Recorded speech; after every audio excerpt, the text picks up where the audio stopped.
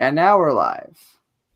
Welcome back to the Expanded Universe Wayback Machine, even though I call it Legends Wayback Machine and piss off Brennan on our playlist of it. Because the inconsistency is driving me nuts. Yeah, they're all true though. They're all true. It's the Legends Wayback Machine. You gotta pick one. Gotta pick one. We gotta nail it down, Alex. We have everything trademarked. Everything is property Nobody of Alex's can ever podcast. exactly. What's it that he used to say in all his reviews? He'd say, "The expanded universe, now owned by Disney. Whichever way you slice it, legend." I'm afraid that is what I say. Yeah, that's what he'd say at the start of each of his reviews. So welcome back to Star Wars Legends, or to Star Wars Expanded Universe, now redubbed Legends by Disney, or whichever way you slice it, Legends, or whatever it said, I forget. Now you got me all fumbled. Hello, guys. How's it pipping and popping and flopping, flipping and flopping? He says that every time. That's crazy. He's a rapper. Hello. You must have that copy paste just ready. Whenever a live stream starts, he's got that loaded up. He's got already. it. That's dedication. That's dedication. This is episode 8. This is Pizazz issues 15 to 22. Iceworld. Pizazz. You know, actually, I think I'll let Scott talk about what Pizazz is in the first place for those who don't know. So Pizazz was a Marvel-owned sampler, I believe. It told a lot of different stories, including Star Wars. So you see the Spider-Man logo in the corner. I think there were some other... I'm not really familiar with other comics outside Star Wars, but it definitely included Star Wars stories, including the issue we're covering today, Kingdom of Ice. The last issue of this, I don't think ever got released in color. So no, it's still in black and white. It's still in black and white. I'm reading this story through the Dark Horse Omnibus, Wild Space. So, now, Scott, do you know how this was was Pizazz just in the UK, or was this in the United States? Do you know? I do not know. Maybe Brennan knows. I think Pizazz was US, but the latter half of the series that was released in black and white was only released in the UK. Okay. The black and white page. Yeah. The black and white pages. Those were the last 6 pages. That would have been the last issue. Installments. Yeah. Also, And before Star we Wars. continue, Oh, sorry. Go ahead. I just want to say that we have a guest here. He makes amazing stuff as well. And if you haven't subscribed to Fine Editions, you need to. But we have Brady here today, who also goes through an enormous amount of Star Wars comics and talks about them for an enormous amount of time as well. A lot. We talk about one panel for a half hour. Yep. Yeah. But hey, thanks for having me on. Hello, everyone. Thanks for coming on. Hello. I'm Brady. I have the YouTube channel Fine Editions, and I like to go through just sometimes some of the weird stuff in Star Wars, sometimes some of the weird stuff that gets referenced in current stuff. Yeah, I like to talk about comics, and it's nice to have people in a community where you can talk about the things that you like, so your wife doesn't go crazy hearing you ramble about it. But or your friends and family.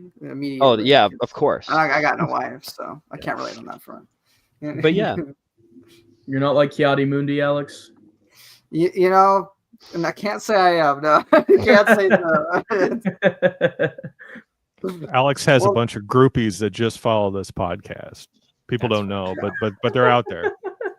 I have the riz with old ladies from work, but I don't like them that way. So it's the way it works. It's like I'm really good with people I have no interest in, and then I just like, the moment somebody I'm interested in is like gone. So don't know what it is.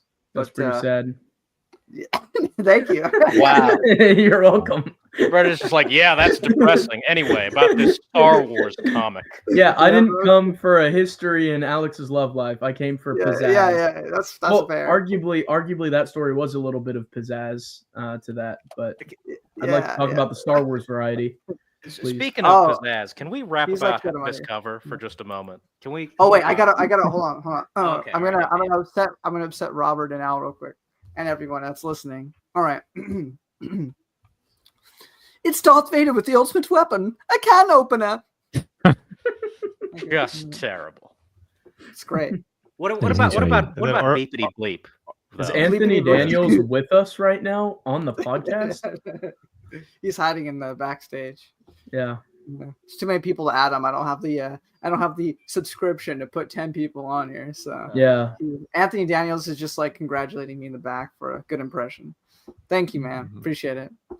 I can't help but read Pizazz just as pizza and think of this like a real rundown 1970s pizza joint. It just keeps bothering me. I hate it. I hate it so much. I'm glad I'm not the only one that thinks that as well.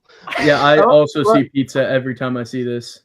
I'm assuming this is Mr. Nerd, but let me just say, I literally don't. I don't try. Like, I'm just nice, and apparently that's enough. Maybe they're rizzing up you, Alex. Maybe they riz up my arm. Like they'll like raise my arms. Like you're so. They great. riz up your arms. Yeah. You know, I got slapped on the butt once. It was a whole thing. It was crazy. That might be Sounds an issue. sexual harassment. Sounds like a call to HR. That was a few years back though, so it's okay. It's just trauma that I'm like kind of internalizing. And So, not letting it Kingdom of Ice, guys. About What do y'all the think of story. it? Yeah, so I think it's. Can I just say I think it's better than Keeper's World? Is that controversial? Yes. Yes, I think so. I like this one more. I would go so far as to say this is the first lame story we're covering on this podcast. But you know what I will say? Even the lamest story in these is still better than Rivers of Chaos. Well, all right, okay, hold on. Rivers of Chaos is the first comic I read where it gave me a headache to open the pages, so I had to set it down. Same. That's unfortunate. That was Underworld for me.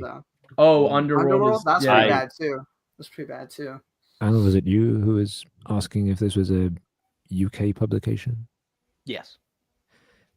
Well, here's how you can tell it's a US publication. It spells it humor.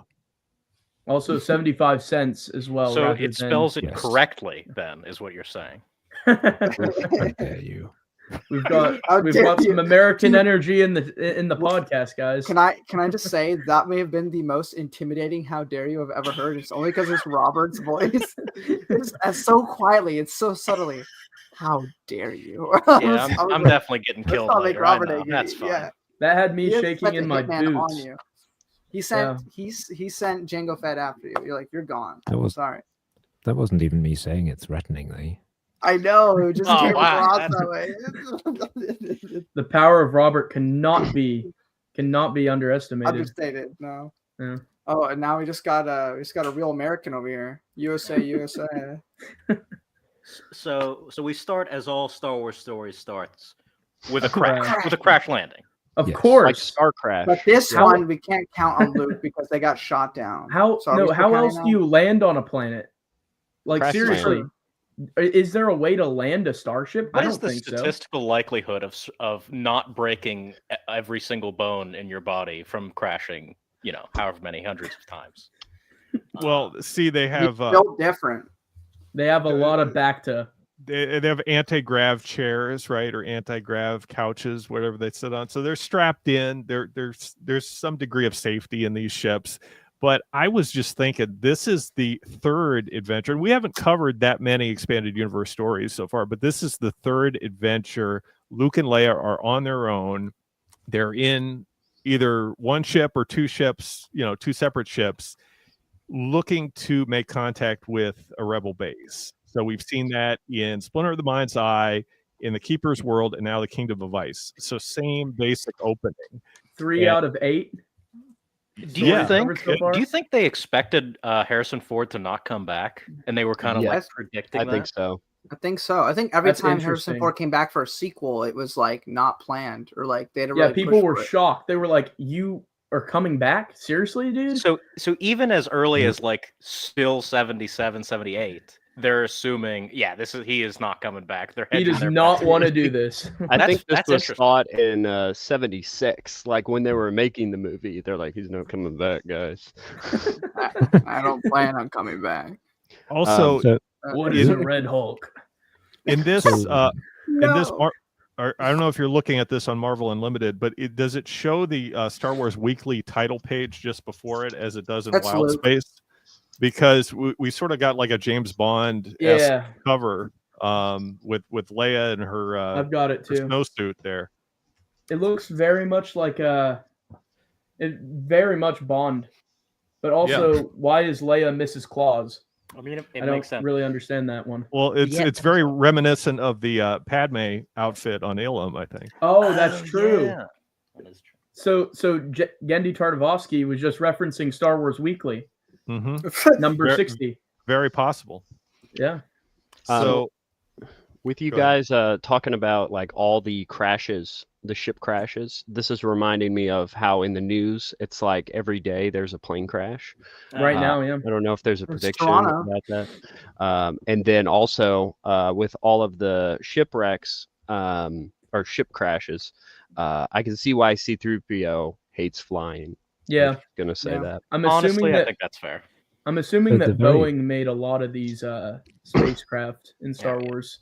So at the very, very beginning of the Drexel arc, that coincided with the sort of middle of the Aduba 3 arc, right, where Luke leaves Yavin and ends up crashing on Drexel and having to be rescued. Wasn't he out there to contact some rebel group or other? I think he was. I think he was on his own, and then the rebels that were like monitoring his ship saw that they lost contact with him.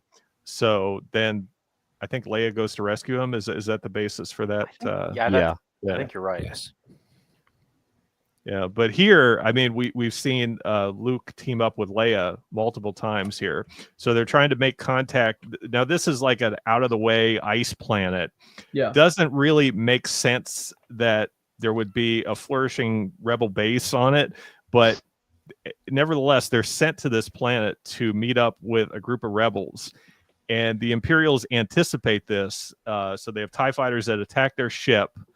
But as we'll see, they go to great lengths to try to capture Luke and Leia alive, only to later just send Luke to his death to try to question Leia about the rebels' plans and the rebel base or whatever. So I don't quite get the logical planning of the Imperials here. It doesn't make a whole lot of sense to me. Do they not know that Luke was the one to blow up the Death Star yet?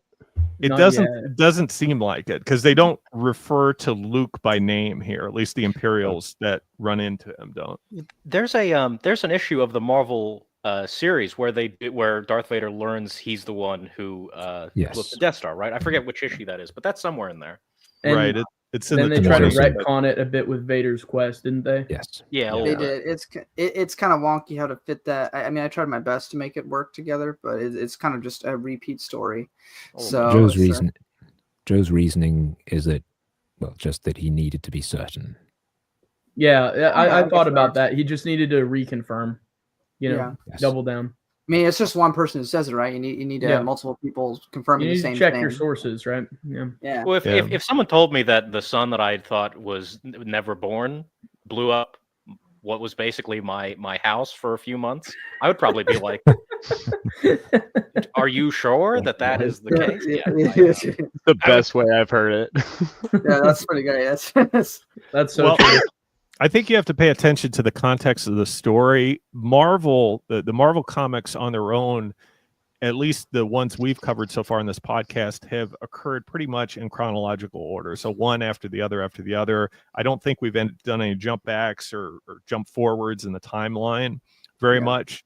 And considering how similar a story this is to the Keeper's World and to Splinter of the Mind's Eye, I would guess it takes place sometime around the same time, because we have Luke and Leia on their own, just meeting up with different groups of rebels. So I would say this is after the Marvel comics that we've covered so far. We'll see how it kind of slips in later on when we start getting into like the 20s of the Marvel series. So because I think that it's like issue 25, 26 where Vader finds out about Luke in the Marvel series.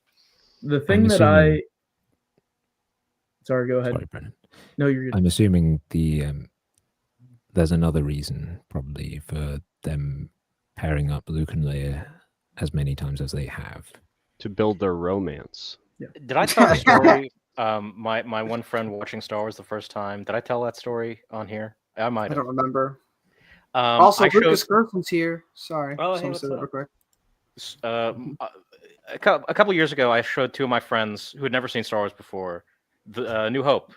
And my one friend, she was like, I love Luke and Leia, and I ship them together.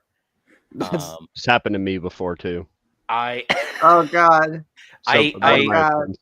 Wait, it it's happened to It you? was so funny. So when I finally showed them Return of the Jedi, and I was like, "So how about that ship again?" I showed it to, I think it was my cousin, and they were like, "I ship it." That's what I The ship. ship, I'm like, the ship between Luke and Leia is deserving to crash land like many of their early ships do in these comic books. I was Yeah, about but Brennan, to say you're that. saying that Knocked it out of in the park. hindsight. Like if Yeah. you grew up and watched episode 4 as like Okay. a 7-year-old, The you'd first have time no I saw idea. episode 4, I thought Luke and Leia were a couple. Yeah, I did. I was like 7 years old. I was like, oh, they're gonna Exactly. get married. Yeah, I think we all Yeah. did. Yeah. Well, Listen, they really you know, pushed it in Empire. it's a totally fair reaction to have. It's just very funny. Yeah, it's just unfortunate. The It's kiss even- in Empire is just the worst. Yeah. They were let's- supposed to have more Get down. more tension, and I think they were supposed to have another scene in there that would have been extra odd after watching Return of the Jedi.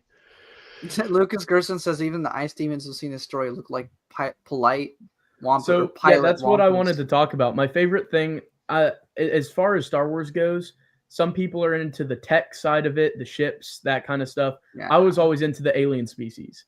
I was like, I want to know all about all the cultures out there. I want to know all about what makes them different, what makes them unique, what makes them distinct. And I love the Akurians, I think is what they're called here. They're just Yetis, and they're really neat. What's funny though is as I was rereading this for the first time ever, I thought about Dave Filoni's Tals arc Ugh. with the Yes. blue skin people, and I was like, this is a little similar to that, which I thought was kind of funny. But I love the Akurians here on Akuria too.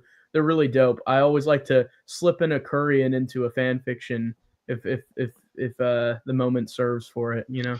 Is this the only time that they appear? I believe so. They might have a reference somewhere in some online material, but I really don't think there's anywhere else. I'll double check that though. And they seem to be the only species on this planet. Definitely. So it kind of makes you scratch your head when you think about the strategic value of this planet as a rebel base or as an imperial base, because as we see, there's an imperial fortress on this planet, which they'll run into later on. But just one thing I want to point out in this opening issue, this ship that they crash is the same ship, it appears to be, that they crash landed on the Keeper's world. And they got the Keeper's help to rebuild the to ship. repair it. Oh, good point. So this is a direct sequel to what we've seen in the Keeper's world. Yeah. Well, at the end of the Keeper's world, it says, next up, Kingdom of Ice. Like, unfortunately for Luke, Luke's like, now we should get out of here safely or something like that. And it's like, unfortunately for Luke, that will not be the case. Next up, Kingdom of Ice. So it does make sense that the stories flow together. I just double checked the Wook in regards to Akurians, and it says that Akurians were not named Akurians in the original comic. They were just called Snow Stompers or Snow Demons. They weren't called Akurians until Galaxy Guide 3, The Empire Strikes Back 2nd edition from West End Games. So there you go. That's the only other appearance. Is the whole planet an ice planet, or is it just the polar region? I don't see anything that would suggest that there's any warmer areas, but that's a good point. It could be, but it's just a polar area. I don't know. Yeah. Don't they describe it as a polar? Well, they just describe it as polar wastes. Yes. So maybe there is a warmer area. I hadn't thought about that. The polar wastes of Akuria too, so that could be interpreted either way. Yeah. We can interpret that as there's a warmer, a southern hemisphere, perhaps, maybe. There could be, although the vehicles that they use here are like giant sleds. They're like skis or snowmobiles or something. I mean, we don't really get a lot of variety from anywhere else. And the Imperials build their base in this tundra. So if it's the wasteland, like what's the point of building your fortress there? Yeah. Makes no sense. But, Maybe the rebels are there because the Imperials are there, or vice versa. like gathering intelligence. So anyway, there's this rebel cell that Luke and Leia want to make contact with. It's Colonel Odan, I believe. That's right. And he has this giant. Go ahead. I was going to say we could start scrolling down while you're talking about it, so we can see some things. So, one thing I do want to point out, Al, I believe you know both these people. I do. So Walter Simonson has been. We've talked about him before. I think he did a fill-in issue at one point. He had a very long run on Thor. He did the Valence issue. He did. There we go. He did the Valence issue. He also had a time on Fantastic Four things that he's a great artist. And then Klaus Janson is one of the best inkers of the era. He did Dark Knight Returns. Oh wow! So he did Dark Knight Returns. He did a bunch of things. Daredevil, a lot of stuff with Frank Miller. But yeah. We also know Marie Severin. Yeah, she's a colorist. She's done. Yeah, she did a lot. She was the colorist for the initial 6 issues. Yeah, that sounds right. A New Hope adaptation. But yes, we have yet another crash. Right, and this time they're sort of shot down by TIE fighters. So the Imperials sort of have the jump on them, and Luke has no choice but to sort of crash land it in the snow there. They take some of the TIE fighters out. Leia gets on the gun turret. It's a pretty cool panel there. Oh, that's pretty sick. That's pretty sick. Not gonna lie. Yeah. In regards to that comment, it's simple. The rebels like to have snowball fights as their R&R. You can't have that on a jungle planet typically. That's why they chose an ice planet twice. No, they like making snowmen. I will say, do you want to build a snowman? This is a big jump from the Carmen Infantino art that we see in the main series. Yeah. C-3PO looks a lot better. Everything looks a lot better. The colors are beautiful. You can even tell how good the art is on the black and white sections later on. Yes. The art is fantastic. The sketches. I'm kind of a sucker for like weird, trippy colors too. So the panel on the right really does things. Yeah, it really stands out. Looks like a fantastic shirt. That would be great. Oh, yeah, printed out on a shirt. Yeah. I mean, not as cool as Chewbacca on a shirt, but probably up there. Oh my god. we can only get so cool now. Hold on. Anyway, they take out a couple of TIE fighters. Luke makes a reference to Beggar's Canyon style flying there. You go. And eventually crashes in the snow. So they don their cold weather gear, I guess, and make their way on foot to try to meet up with the rebels. And that brings us to the end of the first issue there.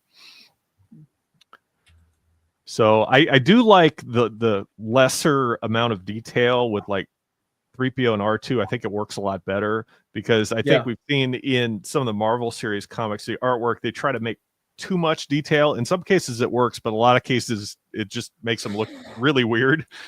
So here it's sort of scaled back a lesser degree of detail and makes it more realistic, I think.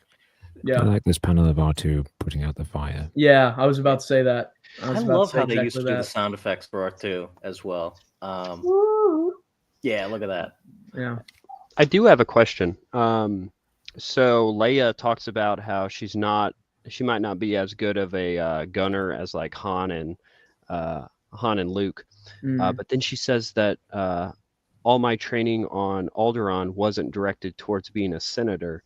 To my knowledge from the films, Alderaan didn't have any weapons, so I think that's right. Yes, but you're right. That is true. That is actually covered later on. Okay.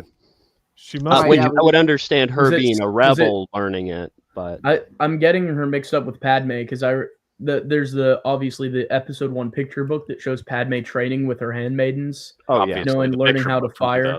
Right. Yeah, the picture book, of course. But there is a comic later with a guy. Is there? that taught The her. That's Tails what I think comic, of, right? yes. The Tails comic. Right. I don't know if it. I don't With her remember if it was ants, Tails. all her ants are like trying to brush her hair, but she wants to go No, and that's- fire a blaster pistol. Oh, maybe it was- I don't know if it was Tails. I'm Well, thinking that about was the something- Princess No, that was- Diaries The tales. Princess Diaries, yeah. But I do Yeah. remember later in the Pizazz or Weekly or whatever it is, Yeah, Yes, that that's there what I'm is the thinking of. guy that does that. that but, guy. Yeah, and of course, she could just be talking, weapon. you Yeah, know, talking out of The her weapon. butt when yeah. That, to The Darth weapons Vader. master? Trying to look good for Luke. Or no, I'm saying to Darth Vader whenever or to Moff Tarkin whenever he's threatening to blow up her yeah. planet, Right. which I mean, they are a easily peaceful makes planet. sense. They are peaceful, yeah. but that doesn't mean that they didn't necessarily learn defense. You know. Right, but Yeah. I remember her specifically saying, "We don't have any weapons," but of There were course she plenty was of under blasters stress. going around on Alderaan during. Well, It could also they- be Jedi. that she meant it as like a plant on like a planetary scale, like they don't have any Right. like orbital Yeah. turrets No or anything. military. Yeah. Yeah, I believe it But- was something Bale organized for her. probably. That would make sense. But I just Oh, saw Star that and Wars thought stuff. about that because I don't know. Yeah. The Weapons Master, I think that's the name of the comic. Yeah. Yeah. So Right. So, The story continues. Yeah. story Mhm. continues indeed. They'd finally crash. We finally actually Yeah. get to see the payoff to that. There we go. And we get to see Leia in her Mrs. Claus outfit as well. looking all festive. Looking all festive. Yeah. She's ready for The Life joys Day. of the Christmas season. Yeah. Now- Sorry, Life Day. Yeah. Yeah, exactly. Get it looking- right. Now, I don't want to come down too hard on Walt Simonson because why would he care? But does it look like Luke is wearing the same thing he always wears on an ice planet? It does look like it. He does have a coat though. Over He's it. got a coat, but you know that Yeah. what's he He wearing? only on the has first one page? outfit. that's true. Oh yeah, he's wearing the Desert Planet Yes. fit. Yeah, no, he's Yeah. cold. Yeah. So is Leia. He's Well, It's like, do you think the needs to desert? wash it. Do you think the desert planet outfit provides any warmth at night? Because I believe it's canonical that Tatooine gets cold during the night. That's true. That's true. Maybe it's good. Maybe it's still comfortable, but Maybe. Still, You our never boy's out of thought. his depths here. Clearly. oh yeah. So the pizzazz part of this comic is 7 installments of each consisting of 3 pages. Yep. And then you've got the black and white pages, and that would have been the final 2 installments. Yeah. It makes it flow kind of weird. That's for sure. Yeah. Just a little different than a normal comic, but it's not as I would say it's not as stunted as the LA Times strips, which we'll get to later in this podcast series. Those are definitely a lot more like just kind of stiff and disjointed, I guess. This definitely flows a bit better than that, but it doesn't read like a normal comic issue, I'd say. It does feel broken up a little bit. While this story didn't blow me away or anything, I did appreciate the fact that it felt like there was much more flow between panels. Then Keeper's World. Than the Marvel issues we've done so far. Well, you notice something. There's way fewer narration captions. Yes. Yeah. So that's probably what's It doing feels like there's less reading to this issue, which is kind of nice. That's kind of where the industry was going at this point. It would take them probably pretty much the whole decade to figure it out, but that was the direction that they were moving in. It's less wordy. Yeah. It's much less wordy. Eventually, narration becomes from the character's point of view. So, like, it's Batman in his journal writing, speaking directly to the reader as though he was a journal, as opposed to some omniscient narrator. Which we're still a little bit before then. C-3PO is looking like one of those little art models, the wooden art models that are like posable. How are his arms doing that? This mountain back here looks exactly like Grinch Mountain. Oh my gosh! His So, That's so true. Who is this? Whoville? It is. That's Canonically. canonical. There's a Not really a- good boy named Max walking around those Yeah. hills right There now. is. There is. Yeah. I do like I this think this- panel of the tie coming apart. Yeah, the purple makes it feel really yeah. It's very explosive feeling. Very nice. I So think the sometimes in the Marvel series, we'll get the narration will do things like, here's a thing that happened off screen, and Yeah. it feels a bit weird. Yes. But yes, in this story, it feels much more cohesive. If you were looking at this without the text, you would be able to follow what's going on based on,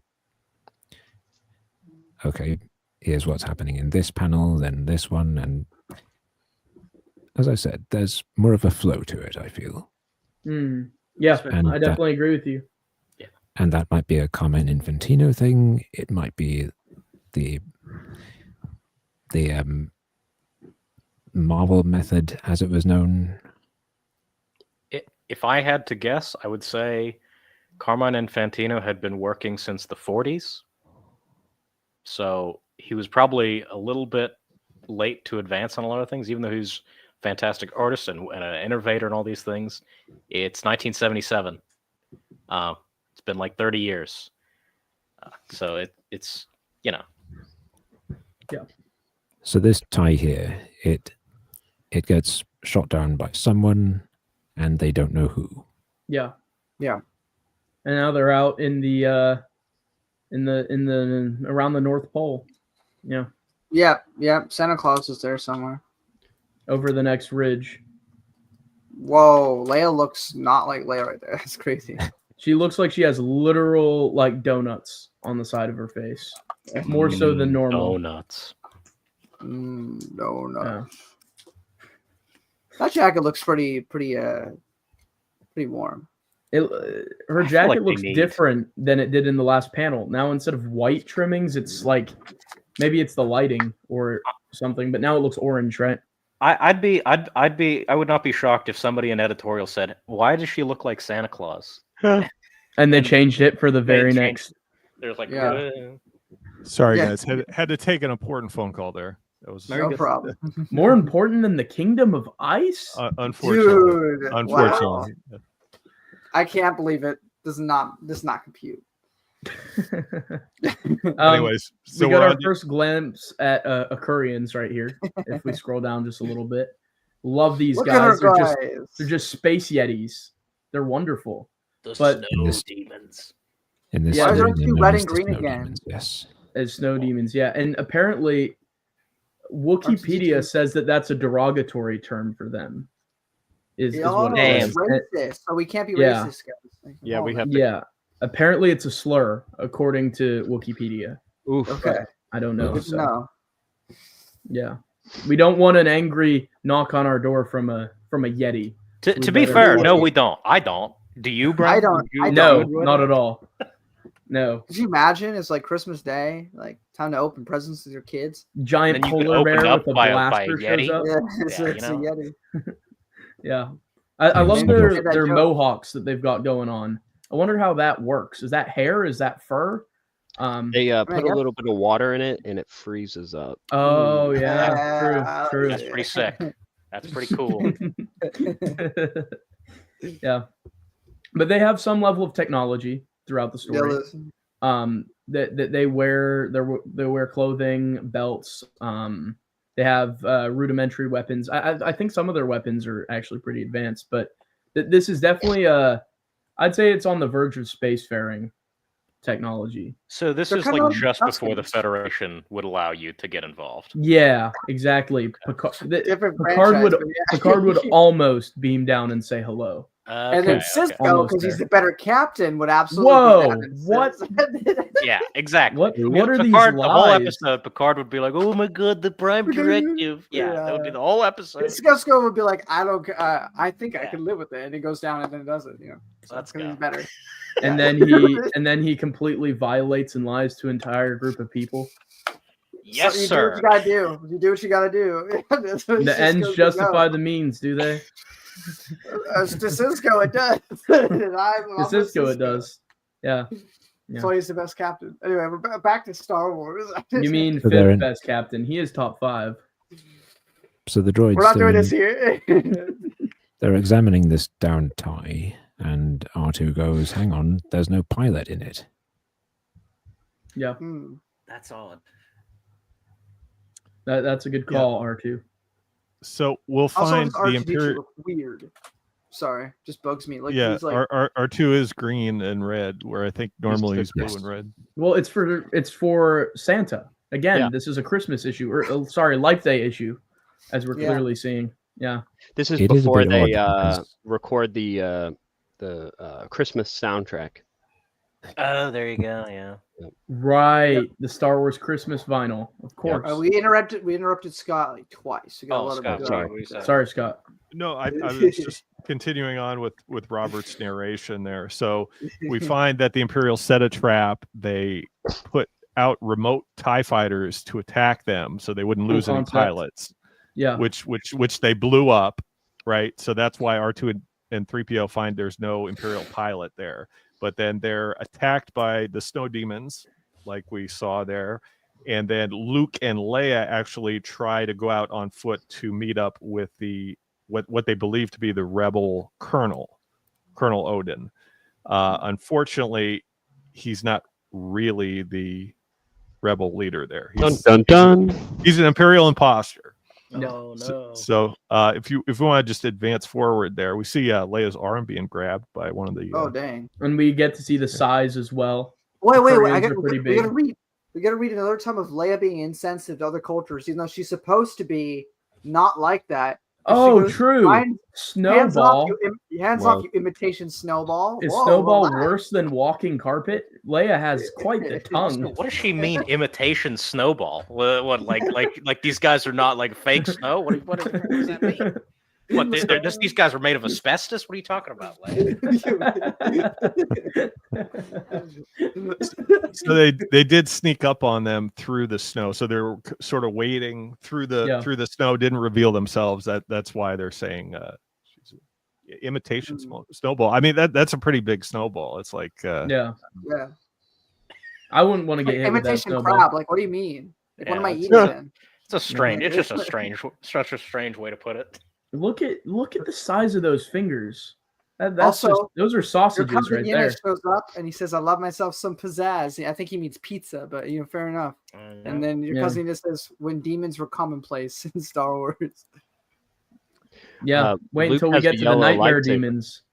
That's true. That's Yeah. right. The classic color changing lightsaber that Luke has through all the Marvel comics. I should have made note because that is something that's interesting. Seeing how much no one gets it right in terms of lightsabers. Like how hard is it? How hard is it to watch a movie and see the color of a lightsaber? Well, and they remember what probably it is? changed it for this. The same reason George Lucas changed his, it was supposed to be a blue one to green, because if it was blue, it would blend in with the sky. Yeah, right. It's fair. At least in this panel, I don't know. You're how right. it'd be in the You're other one. right. Oh yeah. That could be intentional then. I like his green gloves. So they were trying to use as many colors as humanly possible there. To be fair, this is mostly blue and white, so I do understand the temptation. I've never seen Leia look so like northern Serbian than what? She just looks like she looks like she's a huntsman up north, like in the Arctic. What year do you think Serbia's in? Well, I mean in the past. Not currently. Not currently. I meant like in the 1800s. She's like a huntsman. That makes some sense. Yeah. I didn't mean now. Leia from Novice Sad confirmed. I know it's the heat coming out of her breath, but it does look like she's blowing some smoke. Oh, But Leia it vapes. That's not Yeah. very senator-like, is it? There's Think a about your lungs. That's true. I don't know It's the 70s. They what's don't more care about their looks. what's more insensitive, that or the fact that they had her had Princess Leia OD in the movies by using the Force. Since Carrie Oh, Fisher yeah. died that way. That's Yeah, that's... Oh. I've never heard it put like that, but yeah, that is. You're right, Brady. Yeah, Oh no. They really should have just let her like killed the character in that exact moment because there was no reason to. But that movie's not come out yet. We're in 1978. That's not right. in 2019. they were predicting it. No. Yeah. I guess so. That Leia releasing her breath here was an analogy for the character ODing in a separate timeline. Yes. Brady's on to something. It's I just don't like know The what he's on to, Simpsons. but Yeah. it's something. It's all one canon. It's all one canon. That's On the what subject actually of- going on here. On the subject of the colors, there is a change of colorist later on in this story, and it Hmm. results in an unintentionally funny panel of the main Imperial officer. At which segment does the colorist change over? I'll let you know. Yeah, we can talk about it when we get there. Point it out to us. Anyway, the fake colonel, the imposter colonel, lets him in his giant submarine / snowmobile, The With a war lot of- sled. the war The sled, war with, sled. with a lot of That's cool. guns. That thing is heavily armed. Anyway, he lets him in and tells them we need to get away from the snow demons. They're not as primitive as they look. Some of them carry explosives. So notice he's afraid of the snow demons Yeah. because he knows that they're their natural enemy. It turns out the Imperials actually hunt them. So he wants to get away from them. They end up leaving the droids there. So they just take Leia and Luke aboard. So he has them right where they want them. And then we move to the next issue where we see 3PO. I getting love hauled. his hat. His hat is fantastic. That is a very Yeah. nice. I wonder Very if it's made from an Akurian's pelt, and that's why they hate him so much. That would be very dark, It would but be, it would be cool. it would be kind of cool. Head Looks cannon. like an Akurian around his neck.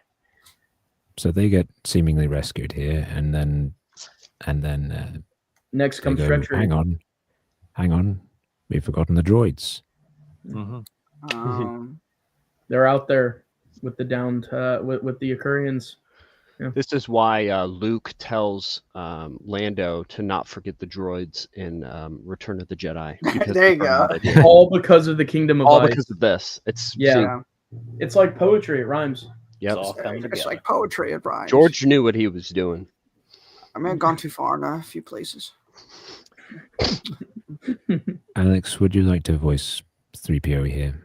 Were you this You part? mean is your you fault? mean he'll ask Anthony Daniels to Oh yeah. come on me and see- actually read it?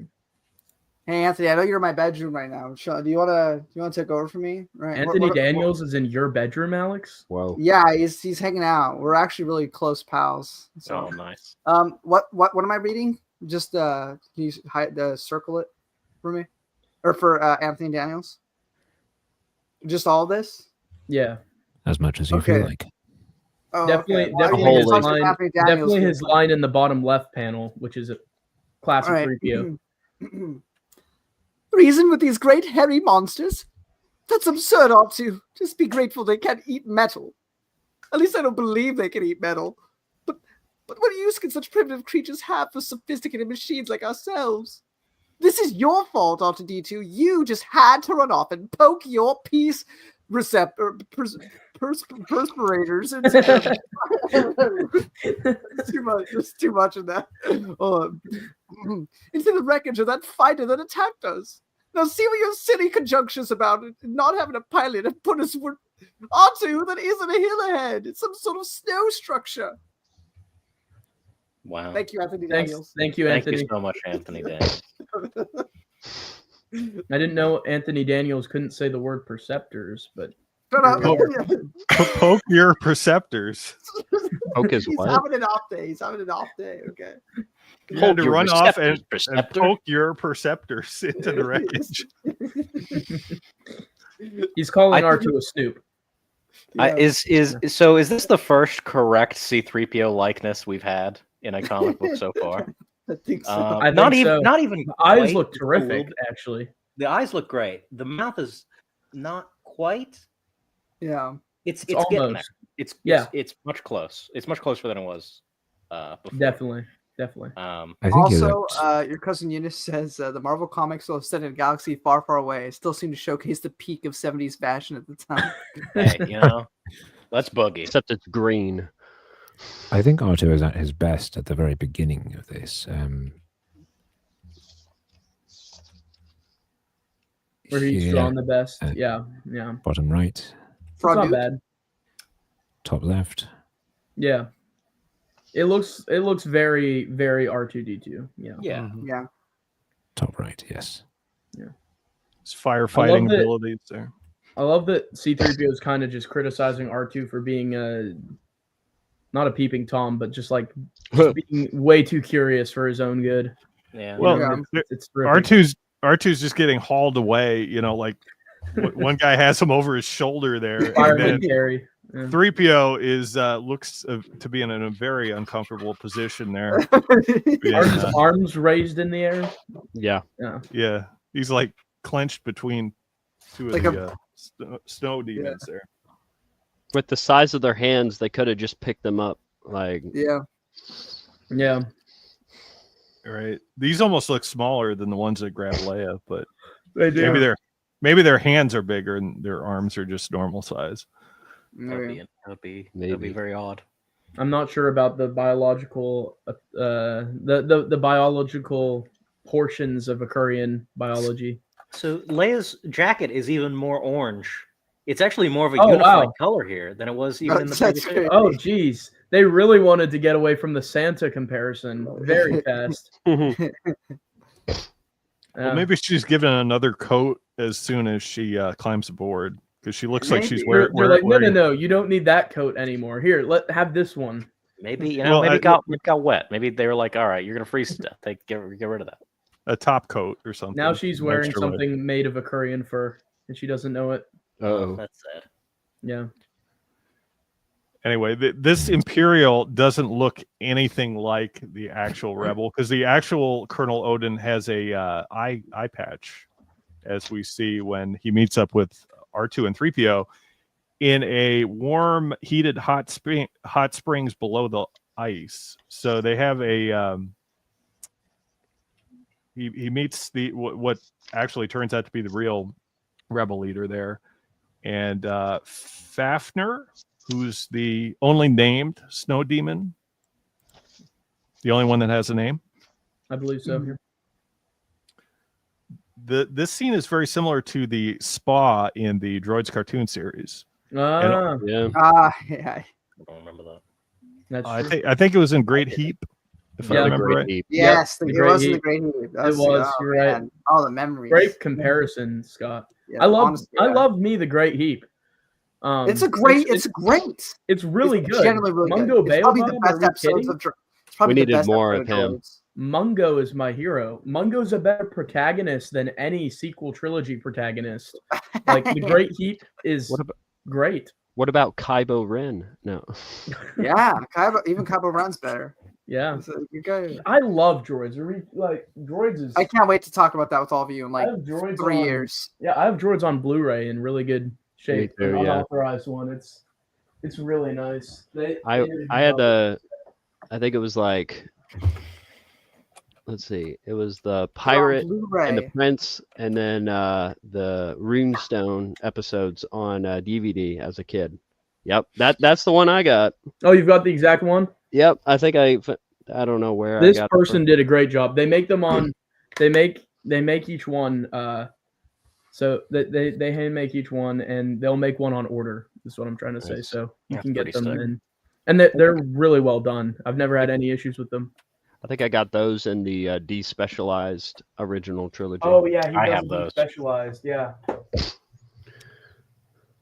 Anyway, they realize that Luke and Leia got captured by the Imperials, and Colonel Odin calls 3PO bronze britches. There's a lot of Oh. cartoonish language there. Sounds offensive.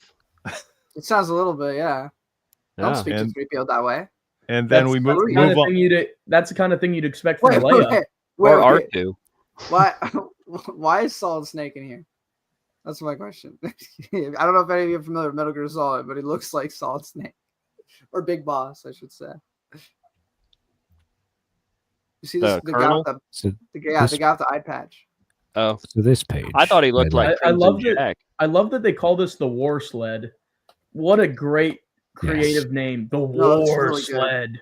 That looks like a nice play set. Oh yeah. So, when I reread this, I recently rewatched the movie Snowpiercer with Chris Evans from a few years ago, and the War Sled was for some reason just making me think of Snowpiercer. It was reminding me of that design. I don't know if any of you have seen that movie. It's actually pretty good. I'd say underrated. But yeah. The War Sled very much looks like the Snowpiercer.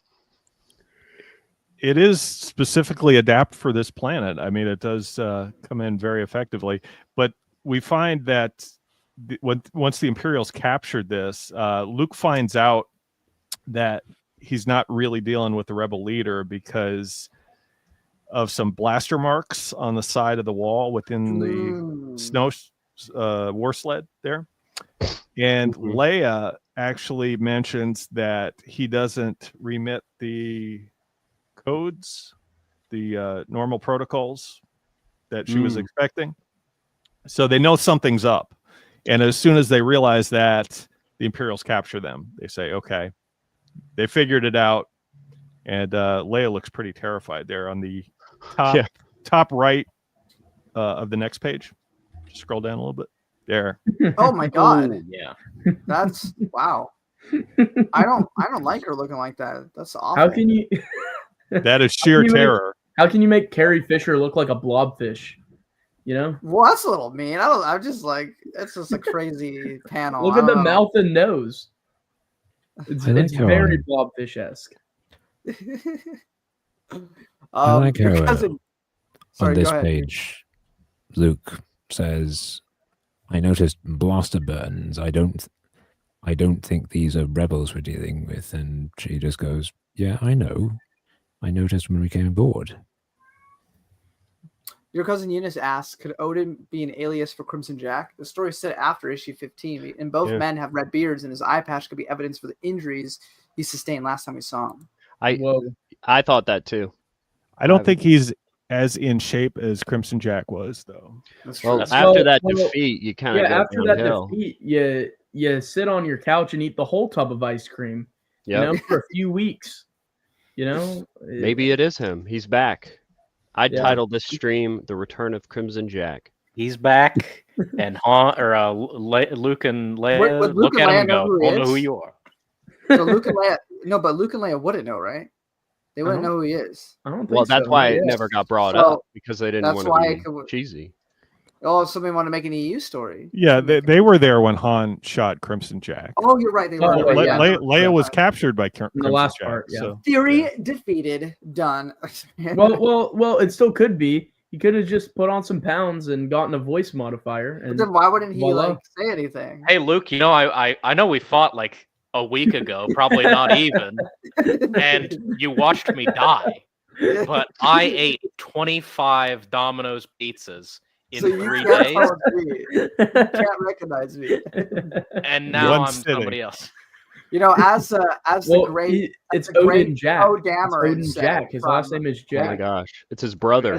Yeah, it's his brother. Code Dameron once said, I don't know who I'm talking about, but they fly now. Is that what you're about to say? But you know, I was gonna say somehow Crimson Jack returned. You know, kind of like somehow someone else returned.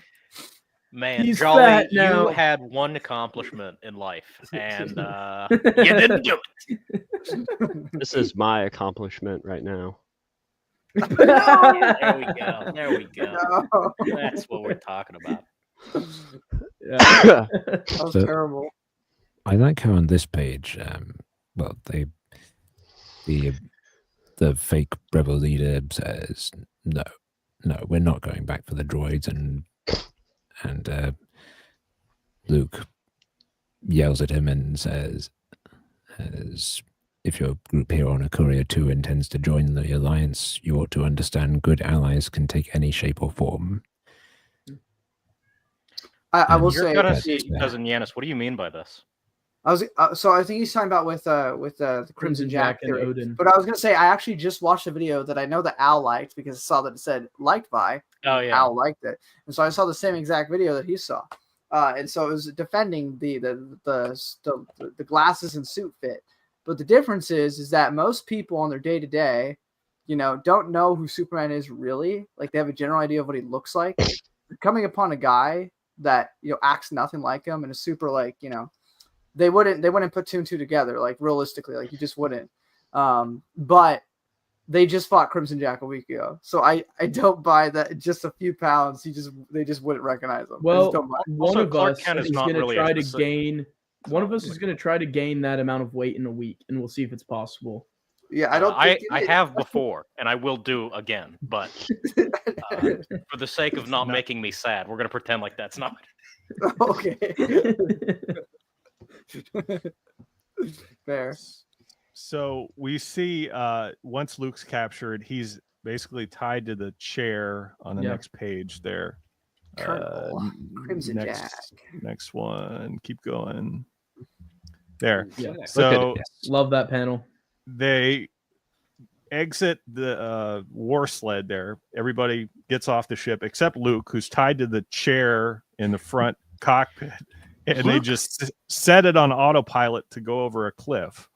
To the Great Geyser Sea, right? Luke in that panel looks like Gary Busey from the show. Mark Hamill and Gary Busey were on together before Mark Hamill did Star Wars. This one? Yes. Yes, that one. Yes, thank you. Yes, indeed, correct. I saw it ahead of time, and I thought I'm going to make this. He looks like Gary Busey. On that show that I don't remember the title of. Mark Hamill did a few things. One of them was an episode of Scooby-Doo. Like Zoinks, man. Like that's crazy. Like how did you do that? What are you waiting for, Shaggy? Well, there you go.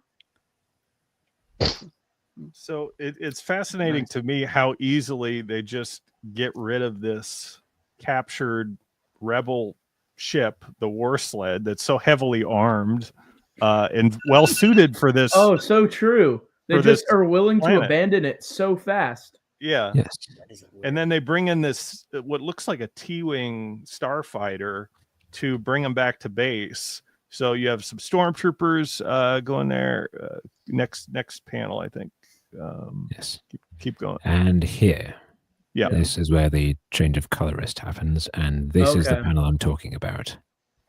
Yeah. I love the purple there. Yes. Glorious. It's glorious. So he had a purple coat to begin with, but now we see he looks more like an Imperial would normally. So yeah. Can Robert, can you scroll just a little bit? I want to see the second artist. Okay. Dave Cochran, extremely famous artist. He is the guy who designed all of the X-Men that that are not Wolverine and Cyclops, and also Jean Grey. But he did Storm, he did Nightcrawler, he did Colossus, he did all the main guys. He was a huge name at this time.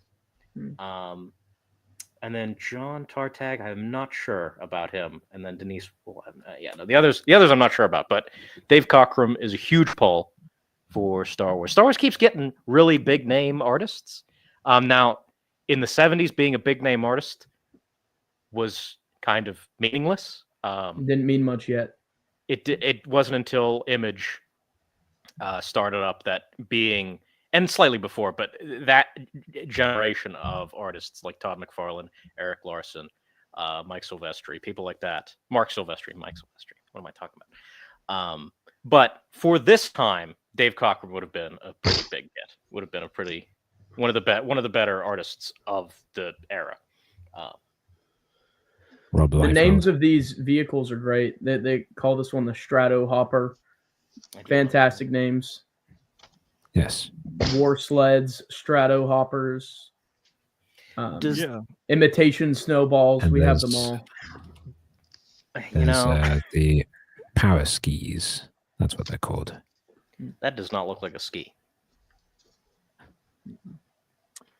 I'll say we have a very dead astromech droid here. For the Stratohopper, does that name imply that it is an in-atmosphere vehicle only? That's what I was just thinking about. Yeah. They probably would not have been thinking like that far ahead, but that would be interesting to see if anybody came along and said, "Oh yes, of course it is an in-atmosphere only vehicle." I like that the stormtroopers are blue, that they have camouflage. They're not snow troopers, Yeah. but they're like glacier troopers. Right. Very Ice troopers. Ice troopers. camo. Yeah. Also, They're like the Imperial, we don't have a name for him, and I don't think he's named in the rest of the issues either. But his dress, his fit there looks very similar to Admiral Griff in the newspaper strips later on. He kind of with the purple and green, he kind of looks like a 1970s pimp a little bit. I mean, considering the era, that's kind of expected. But that does not look like standard issue to me. No, that looks definitely. more. He's bedazzled himself a little bit. We'll say that. That looks more like the fur from the snow demons in like this part of the weekly, because they look a bit more purple.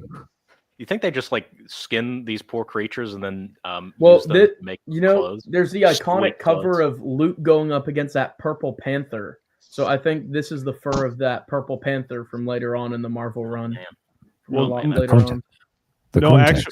Actually, Al is right, because it does say in the last issue that the Imperials hunt the snow demons. Right. Yeah. The context of the Imperial wearing this pinkish purple, whatever it is, while threatening layer makes it very funny to me. Yeah, the aesthetic to the color for some reason undermines the threat. Like, this should be a very dangerous fellow, but it just seems like he's just a festive kind of dude wearing something like this. He's probably a cheerful guy. He's got a lovely fashion sense. I mean, he's just following orders, I think, what the Imperials would expect him to do, right? But it's kind of funny how he questions her. He says, "But I'll order the Hopper to stop at once you reveal the plans of your rebel alliance." So what plans is he talking about? Is he talking about the location of the rebel base? Is he talking about a future attack plan? Like, be more specific, because I mean, Leia probably has. Knows. He doesn't even know what he's talking about now. Yes. To be fair, this is a high value target. Maybe he's like, just give me whatever, give me whatever you got. Yeah, true. He does not strike me like a great negotiator to start with. He doesn't know what he's looking for. He's just like, if I say give me the plans, maybe she'll give me something really valuable. He's like, maybe she'll think I know. If we went to a restaurant and I was like, "Brennan, surprise me. Tell me what we're ordering." And imagine you'd get a double cheeseburger with bacon, fries, and a milkshake. Oh, is that good? Oh, that's perfect. Good surprise, right? I'm hungry. Yeah, now I'm hungry too. 25 Domino's pizzas, so you look like the real rebel colonel there. So you look like Odin Jack. Crimson Jack, yeah. And imagine if you're that stormtrooper over there and you're seeing this guy saying, "This is your last chance to save your young companion. The war set is already rocketing him on its way to his doom." And meanwhile, all you can look at is the purple thing. What? He's also probably thinking we can't do that, man. That's a one-way trip. That is, we can't stop it in midair. Sir, why are you getting rid of our war sled? That was valuable equipment. Sir, that was our ride. I don't know if you guys Sir, that's coming out of my pay for this week. But I like the comment from Lucas that says, "Somehow Crimson Jack returned." Oh, yeah.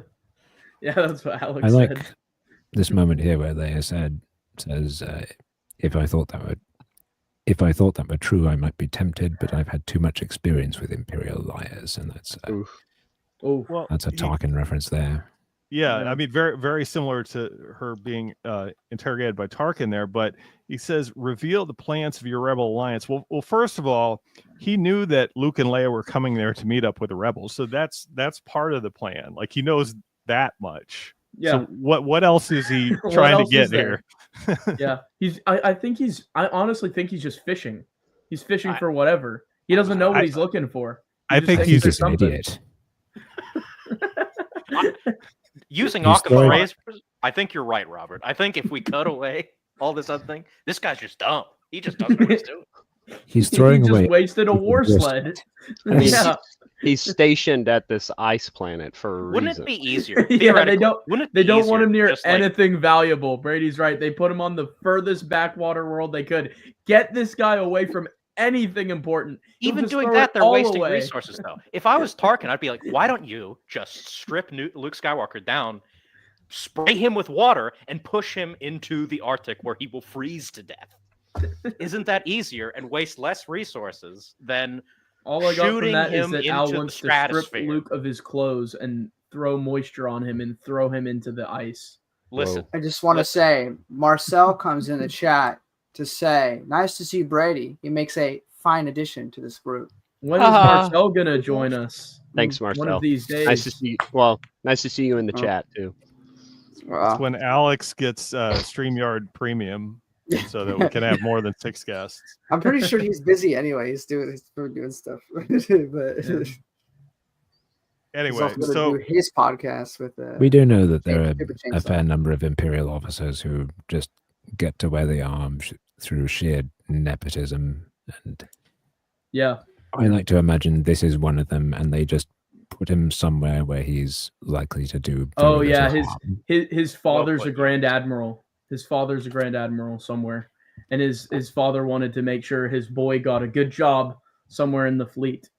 Well, to kind of combine what your cousin Yanis is saying, kind of with like real history. What's sort of the likelihood that the Imperials have an old school British Imperial system going on, where you kind of have to like buy your commission, but then you're responsible monetarily for the troops underneath you. That's an interesting idea. Because this guy could just have a shit ton of money, but he's dumb. So they're like, you're going to be over there, and you're not going to do anything. He but clearly give us- has a lot of money because look at that. That's That true. coat. That coat sent him back how many credits? That's true. 15,000, 20,000? They were like the rebels would never go to an ice planet to build a base. That's just stupid. They would freeze to death. Yeah.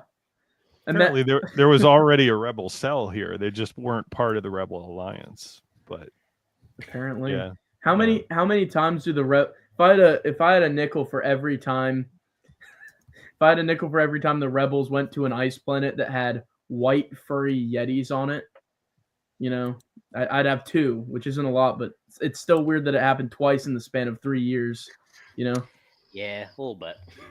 we just need the rebels to show up on towels, right? Then it Yeah, would be yeah, good. exactly. Then we complete the circuit there. I wonder if Doing Luke, the first time Luke saw Wampa, do you think he was like, shoot, an Akurian?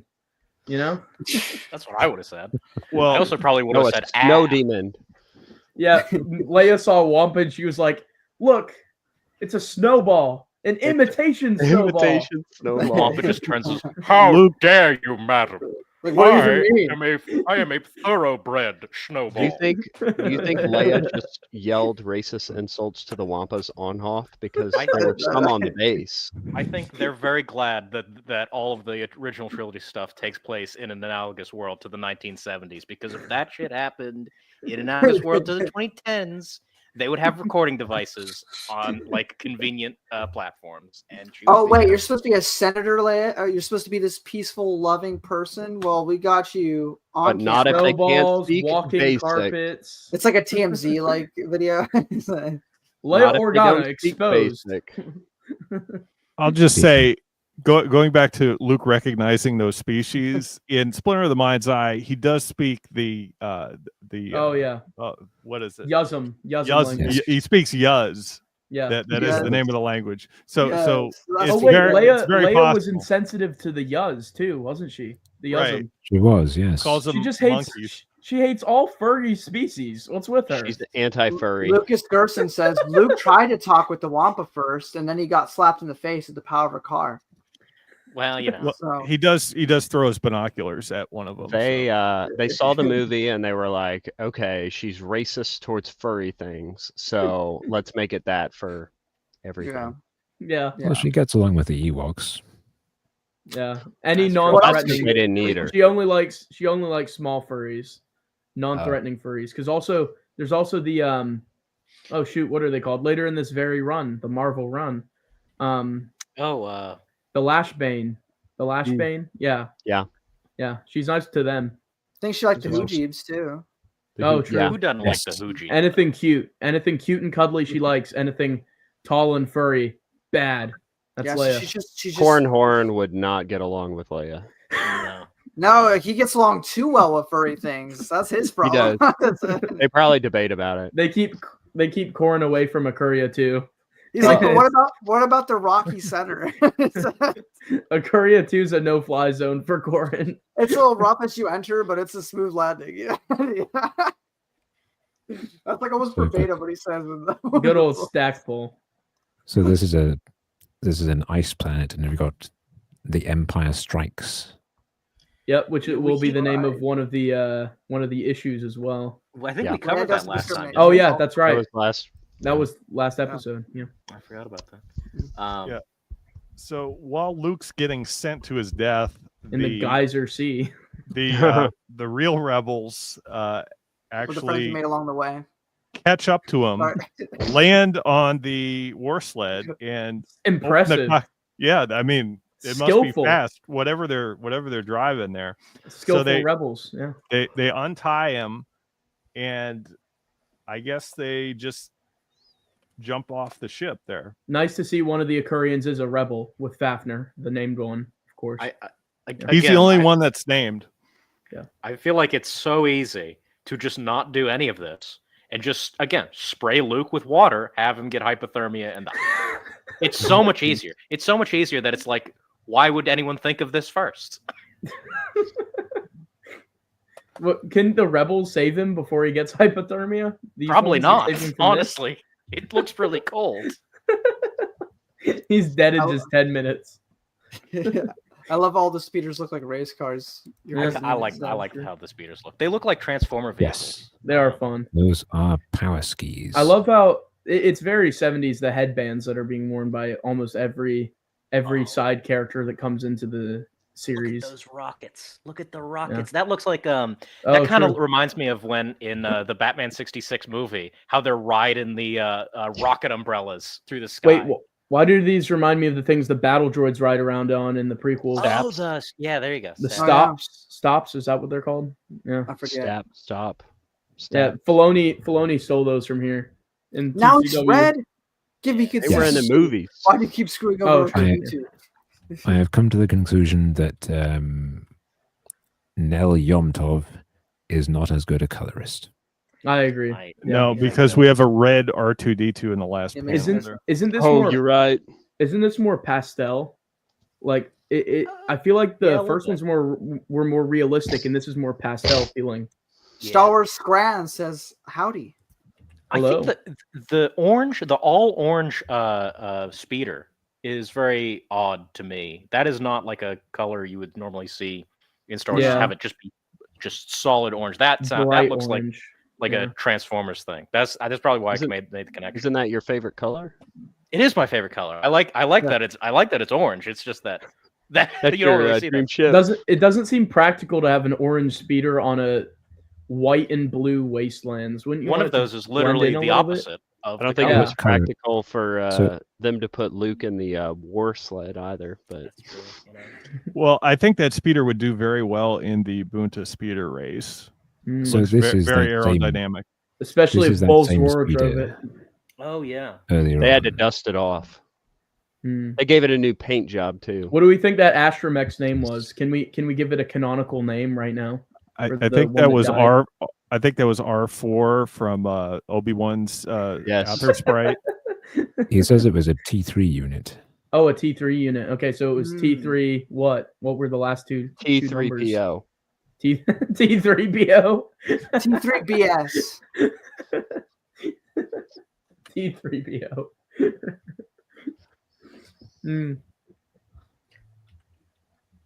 Snow Fury. Yeah, I know. The names are just so extra. It's wonderful. It's So- about to so- switch to black and white, is it not? Or is that I think No. that's the next. not yet? Not Another yet. one. So we have the Iceworm Cometh is the name of the next issue, where we have either Rathtars or Alaskan bullworms or whatever you want to call it here. Oh This is yeah. Clearly, Dune ripped this off whenever they made Oh, this. Oh yeah. Frank Herbert read this and then made Dune. Oh wait, no, he didn't. So the That was Imperial decades mentioned earlier. earlier Yeah, no, that there was a Dune was 1960. I know. I'm just messing. Yeah. The A lot of Imperial people said that the mentioned- Dune movie was just like a Star Wars ripoff, or like either of them really. They're like, this is from Star Wars. It's like, no. This is why media literacy is dead. Nobody knows what they're talking about because nobody Exactly. looks. So true. And if anyone knew what they were talking about, they know that Frank Herbert was a big fan of the Kingdom of Ice. You know? Yeah, exactly. Yeah. I doubt he ever read comics. Comics were beneath Frank Herbert, let's be honest. I think he probably felt that way, whether or not that's true or not. But I mean, I was Timothy just Zahn speculating. felt that way. So and Timothy Zahn's nothing compared to Frank. So.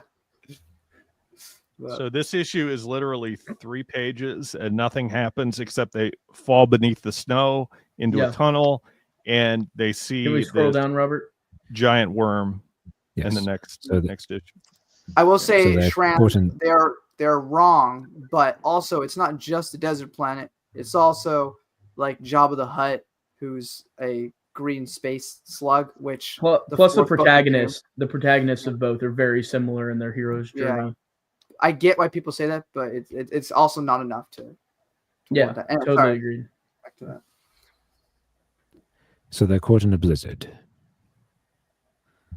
Burr. Same. Very cold. Again, Sorry, cover him in water, put him outside, dead. Easy. Al, I'm they don't getting have the any sense. water. I'm getting the sense that you don't like Luke and that you want to. No, kill I him love right Luke. now. I'm just saying that Jabba the story Hutt, is really dumb. God Emperor of Tatooine. Yeah. And Luke goes, okay, if we melt a hole in the ice, we can duck in there for a bit, and that should give us some protection from the storm. My man does not have gloves on. He No. Oh, he lost his Yes. green gloves. His fingies Yes, are cold. Yeah, where'd the green gloves go? R.I.P. I like He's this. going to lose those fingers very quickly in this cold. I love Is- the current his looks dope. it- Blasting his- away there. Is his lightsaber red in the next panel there? It looks like his lightsaber. The very next page. Oh yeah. Yes. Oh yeah, true. Oh, yeah, there's- I didn't even know that it was his lightsaber. Yeah. He don't doesn't know have if his Vader blaster was- on him, does he? Where's R2 shooting now? What is going on? He's, R2's got guns. He's urinating. He's Uh, loaded. He's not lubed up anymore. He's releasing it. He's releasing on himself. Heat emitters, whatever that means. Oh yeah. That's very, very There's no vague. time to grouse about strained circuitry. R2. More heat. More. Luke, that's kind of demanding. Say please. Oh, we missed the Learn, panel where learn where some it says- manners, farm boy. Panel going where- back a couple pages, we missed the part where it says R2D2. That's too much thrust. Oh, Right. Kevin Janderson did work on both Oh, there it franchises. There it is. Alex, you want to Cinema. voice that? Cinema. Oh my god. Oh my cinema. So wait, I'm If you reading. must. What am I reading? Right. This started a whole generation of ships. Just this one line. down a little bit. Down this to is the Bottom Yeah. left. Bottom left. bottom left bottom panel. left. Okay. This is gonna sound All right. awful. Let me get Hey, can you come back? I know you're I don't know what you're doing in the corner, but I'd appreciate if you can help me out, please. All right, thank you. All right, we're gonna ask Daniels back in a second. Someone's gonna clip this. All right. This round can only take the old Iceberg on a one-way trip to oblivion. Different character. Oh, my bad. Oh, it's this part. I see. Yeah. All right, Anthony Daniels, take it away. R2D2, that's too much thrust. Thank you, Anthony Daniels. We're a bunch of idiots, aren't we? Yeah, maybe. We're a bunch of 12-year-old boys. Dude, I like how the voice panel is just coming from outside the ship. You can't actually see what's going on inside the ship. It's oh, no. Leave that up to your imagination. Yeah, listen, this is for kids, you can't be showing stuff like that. That's not cool. No. So true. But we know they're it's like a fade to black. I explained this before we started the stream. Listen, R2D2, C3PO, they're married. Like, okay, like they act like an old American. I accept it. They do act that way. Yeah. Just as sure as I'm Colonel Odin. You mean Colonel Odin Jack? Well, there you go. Because of course he's Crimson's brother. I don't know what his parents were thinking, naming their children Crimson and Odin. Doesn't go together. Should have named him Scarlet. Well, maybe it was like with Jolly's parents, and the one just left, and so Oh my gosh! Left for some blue milk. They were out of blue milk that day. Oh. Yeah. They didn't have any of those whatever those things were in that episode that I don't remember. They didn't have any of that. No. They didn't have any space slugs, seal things. This whole part was kind of a big waste, wasn't it? This whole 3-page sequence. Yeah, it's filler. It's filler. Yeah. It's fun though. It's fun. The giant worm. Fall through the ice.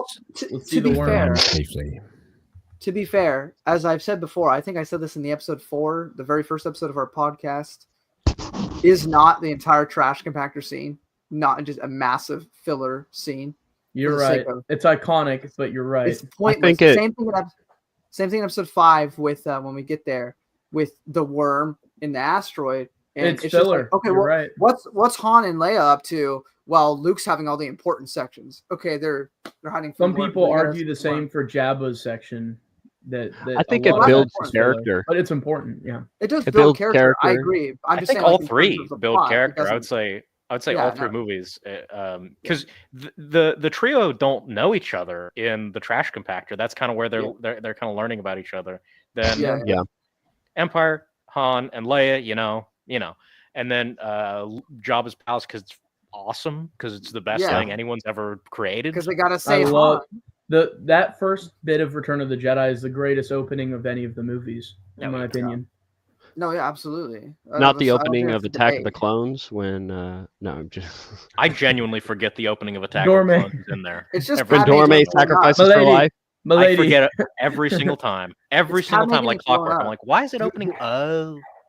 But it's I'm sorry. I love Attack of the Clones. It's a top 3 Star Wars movie. You gotta hang out with my friend Hal, who also loves Attack of the Clones. Funnily enough, Attack of the Clones is my most watched Star Wars movie. I've seen it more than any others because when I was a kid, I didn't want to watch any other movie except the one with the Battle of Geonosis. That was my personality. That was my personality for 3 years. Just like Karen Travis, she just wanted to kill all those Geonosians. I'm just like Karen Travis. Excuse me, Alex. Excuse me. I'm not just like Karen Travis. Please. Okay, just don't call me a Tally fan. I'm sorry. All right, Barbara Hambly. Wait, I like Barbara Hambly. Yeah, I love Barbara Hambly too. Yeah. Barbara Hambly looks like an actual Jedi. Yeah, she does. They should have instead of casting the actress who plays Jocasta Nu, they should have had Barbara Hambly just play the role of the Jedi archive keeper, librarian role. Mm-hmm. I think the difference between the trash compactor, the asteroid, and Jabba's palace is that this sucks. Yeah, and isn't entertaining. I enjoy the Akurian. Any panel with the Akurian on it, I'm all about. As to what Al said, absolutely 100%. I think that's the lesson we should take away from this. This panel sucks. The ones in A New Hope does not. I was just trying to play devil's advocate in terms of things Can that were we unnecessary. scroll down to see the worms that Scott mentioned? Yes, please give us the dune worms. Here we There are. they are. That's grosser than a dune And worm. moving I'd rather forward into hang out with a showdown. dune worm. So I have a Yeah. question. Is the front of that worm, is that an eye or a mouth? Keep going down. What if down. it's Keep going down. I'm just Both. having a look at these panels just to see if there's anything important here.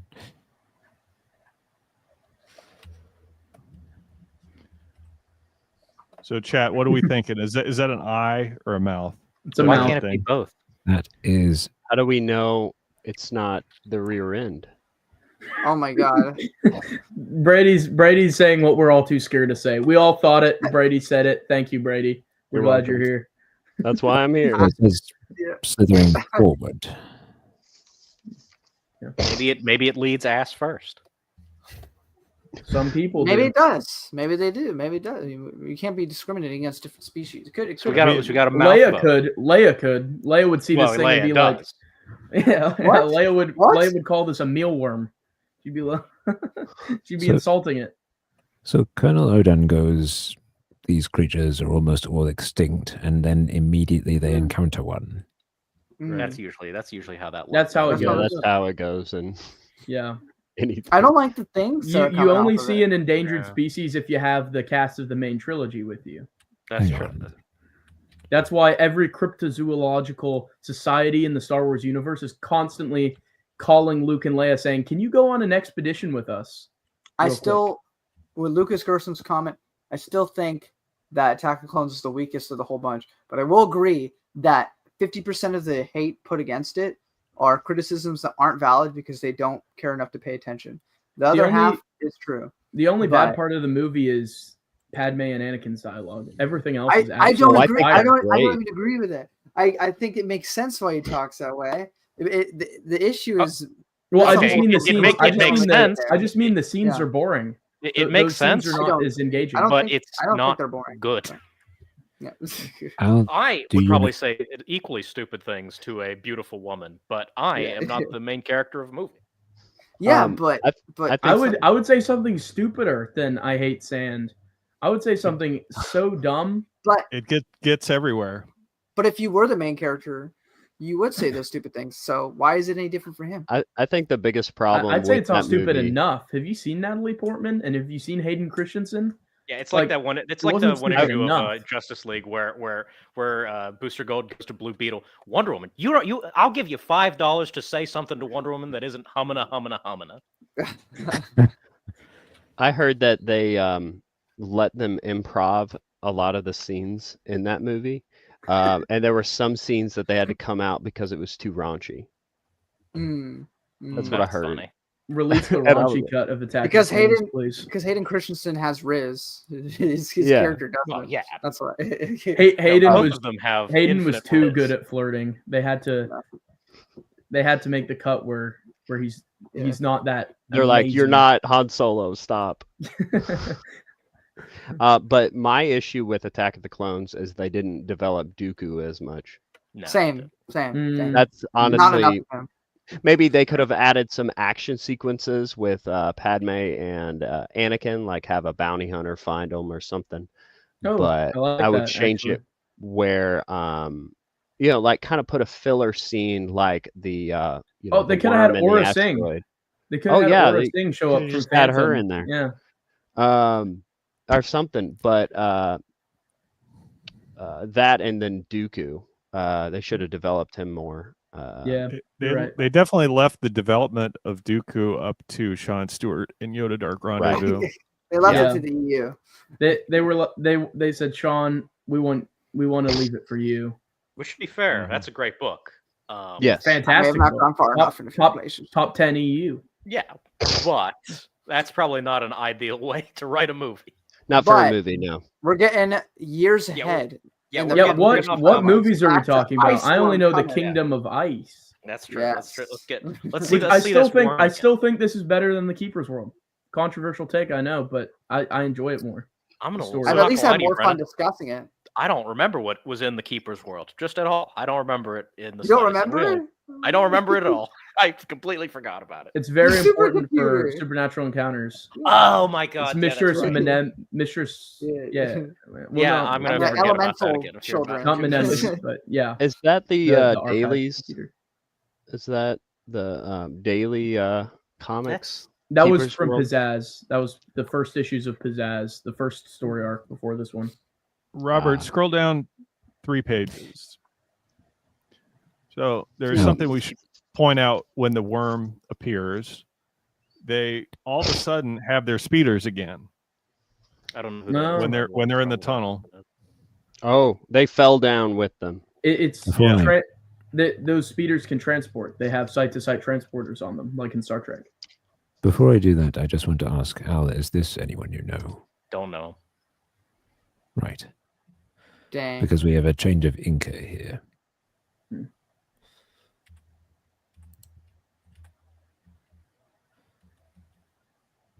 One more. Mhm. Yeah, they get, but there's some speeders right there with the little rocket sled thing. I love Oh Luke's yeah, cut there. I guess they do have it. Dude, there. that's crazy. That's a crazy haircut. What a 70s Do we like? haircut. Yeah, look look at at that. Look at R2. It looks like he got pulled. Like he got stretched. Yeah, he's probably reacting because the thing that he was expelling that fluid to melt the ice, they got caught on something, and now he's experiencing Also, pain. Lucas Gerson asks if the supernatural encounters explains did. the snow species. They feature occurrence. Yeah. I don't remember that. Here they comment on the fact that the storm has grounded the Imperials as well. Yeah. Mm. Makes sense. Blizzards tend to grind places to a halt. And So here we yeah, have I rear end mouth. What are we thinking? All of them? What I'm leaning towards all of the above. I Oh think my God. real aliens are nothing going to on look mine. real alien to us. So I would I've always assume thought the only thing wrong with my eyes is I can't eat through them and expel waste through them. You know, I agree. inefficient. Anyway, I just like they the all- idea of this worm's like butt end, like trying to like eat stuff. So I'm gonna go with that. Just for the hell of it. You want the worm to eat things through its butt, Alex? Is that what I you're just think saying? it's funny. I think it's funny. Yes. that's, That is that's my pretty reasoning. funny. A lot of good clips from this. Oh no, No. Brady's gonna release an out of context edit of the podcast. Alex likes it for the rear end. What? Why am I now thinking of Ten-Eyed Man? Oh God. Oh no. Scott, you look like you were about to say something. Yeah, Well, I'm sorry. whatever body part you want to imagine this being, they all shoot their blasters at it. Jeez, that's painful. Right Yeah. into its butt. Crazy. And You're then just Luke minding your says- own business, and someone shoots you directly in the eye, mouth, and butthole. Right there. That's Oh bad. no, Brady. What a bad day. Look at Brady's profile, Alex. That's perfect. That's amazing. Oh no! I'm surprised StreamYard let you have an eye, mouth, butthole as your profile picture. Well, say for StreamYard, it's an eyeball. Wait, I just realized we gotta be careful what we classify this thing as because otherwise YouTube might take it down. No, Depending on our verdict, not- you know. not YouTube, safe it's for an work. eye. It's an It's eye. an eye, definitely. Yeah. And then going by what Luke says here, Get to your power skis. The tendrils are sensitive, is what they say as well. Yeah. He says Padme's line from episode 1, "Get to your ships." Ha, The ships, get to the ships. like it's his our only mom. chance. It's like poetry, it rhymes. It's like poetry, it rhymes. It was a several year, almost 10-year advanced reference to Transformers the movie, of course. Oh yeah, of course. Modern masterpiece. Modern masterpiece. Is it modern anymore? Well, Is it? I don't It's know. like the Is 1986 modern? I don't think so. Imagine being alive during 1986. Imagine. The dark I ages. mean, I think I didn't say that. I like Luke's line here. He says, "I know, but all the ice and exhaust were kicking up against those sensitive tendrils." ew. So, how does he know that they're sensitive? because he's making it up. Luke I is don't an know. expert on on the anatomy of foreign. Well, he read the foreign script, worms. so he knew they were. Off screen, Archie was just like, "Here, Luke." Yeah. Could Let's this be a continue. Yuuzhan Vong species? Oh, It's That like a would be- seed. It's like some kind of Yuuzhan Vong. I a could left see it, behind bioengineered worm. It's or like definitely this got is the like an vibe. advanced planet. There's just like They're like- they sent yeah. a scout out. Oh, this sucks. Yeah. And they forgot So- this. Do That the would actually be Yuuzhan Vong amazing. have Monster. butthole mouths? Yeah, they're like Yeah, the Yuuzhan Vong also have butthole mouths. That's right. they're Brady. like you know what we don't. I forgot that don't- part of New Jedi Order. Oh, Well, no, you see, they're like, you It was know what? supposed This to be is the bad plot of, PR for our takeover of the galaxy. If we have a bunch of buttholes attacking people, so we're just gonna leave them on this ice planet. Forget about them. Not There we go. buttholes. They're scarheads. Scarheads. Get the insult right. Okay. Sorry. So they have the power skis on this page, And they didn't have it before. earlier. Yeah. They were here. Yeah. Yeah, I guess they were on the other side. That threw me off because I thought they fell down that tunnel without the power skis, and then all of a sudden, when the worm appeared, they had it. They But had the power skis. Yeah. so I They're heard there. that this was the butthole mouth worm was supposed to be the main plot of the Nightfall trilogy, the canceled Nightfall trilogy in New Jedi Order. So you see What we one of coulda them had. fall down with them here. Yeah. Yeah. Zach And then- versus Yeah. buttholes. Here in this panel. right. They look like. Do you guys have scooters growing up where you had like the Of course, little, the razor ones that Yeah. flip Yeah, around. razor scooters. Did it hit your Yeah, ankle yeah. and you die? Didn't every child have a razor scooter that hits you in the shins and you want to cuss but you can't because Yeah. otherwise Well, I did you'd because be I was grounded. a bad kid. Okay. R2 verifies that the fall didn't damage our power skis. Okay. That's good. See, continuity. It works. Okay. And that's just the work. end of our color issues. Yeah, we go into the final 6 pages of black and white, and I think it's here that you get to see that the artwork is actually quite good. The sketches themselves are quite good. Because sometimes sometimes the sketches are good, but the colors make it look a little off. Like I'd argue with Dark Empire, the art itself is really, really good for that series, but the colors make it a little wonky.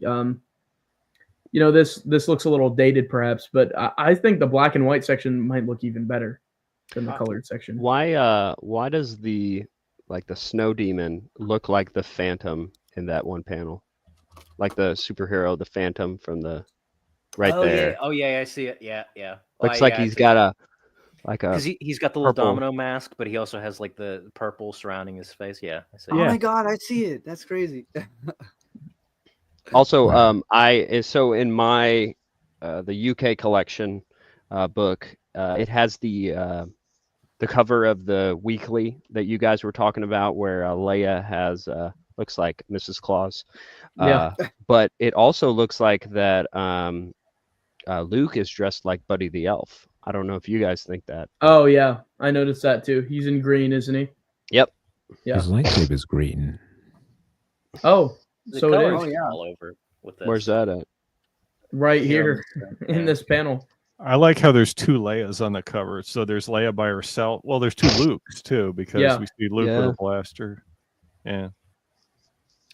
Yeah. Luke looks weird in that Yeah, one. there we go. Yeah, look at that. What is that? What is the bubble ship they're in?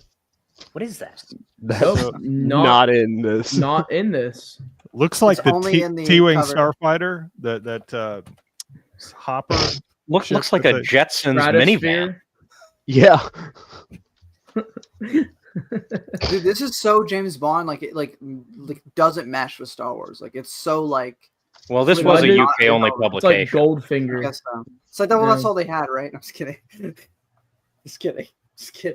They've got 2 things. They've got Doctor Who. They got Yeah, James Bond. Isn't that right, Robert? Is that correct? Hey, I will say, as someone from Scotland, we also have incredible deep fried pizzas. So Deep fried pizza. battered and deep fried. You haven't lived Is it until you've good? had a half pizza supper. Can It's you delicious. Are you kidding? It's can you amazing. claim a food if it's from a different country, like pizza? That's from. Well, they innovated. The Scots were the Innovated. first people to say, "Oh, what we need is to deep fry and batter that sucker."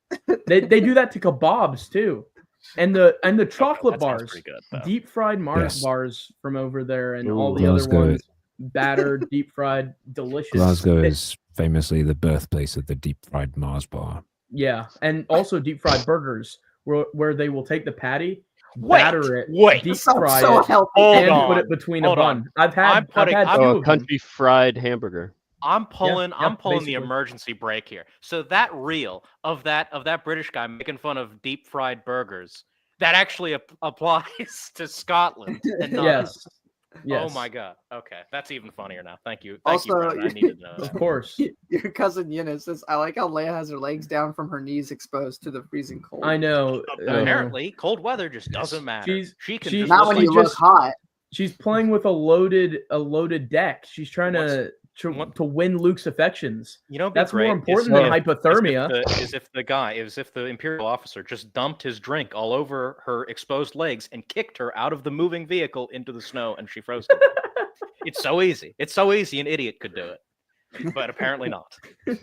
Al really wants to kill I'm just Mara. saying, it's so easy. This guy is like, I don't know how to do it. I'm just a fucking idiot. No idea. You know, I think this is proof that Leia finds Frostbite less scary than Luke not finding her attractive. That's what that proves. There you go. Yeah. We'll Well, keep So it in the family. the cover must be an So the- artistic interpretation of Leia, because that's not what Leia's actually No. wearing when we get to Yeah. the black and white issue. That was just Which- to sell it. I Which guess. one is Yeah. Christmas Jones? Which one is that? That would be The World Is Not Enough. Oh, that's way in the future. Okay, never mind. Yeah. I was gonna make another joke. I don't know. More Okay. thrills with the Micronauts and Warlock as well. So my challenge for I guess for you, Alex, with your Wayback Machine podcast is to try to tally how many times Luke and Leia get it in the time before we What? understand. Whoa. True. They make out a Because- lot, okay? But that far, I don't think they ever do, okay? But they do make out I a lot. could. don't know. There's some I don't know. suggestive things.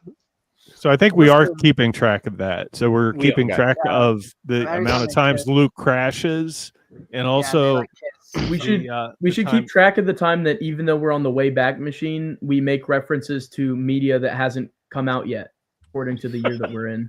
No, it's too much. It's too much. It's too so it's much. every single time we speak. So it's every 10 minutes.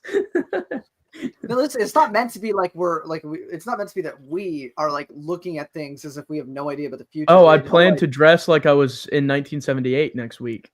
Oh, So I planned I on shouldn't do just that anymore? writing my review and putting it in a newspaper. I would write a response to it and be like, the person who wrote the previous column has no idea.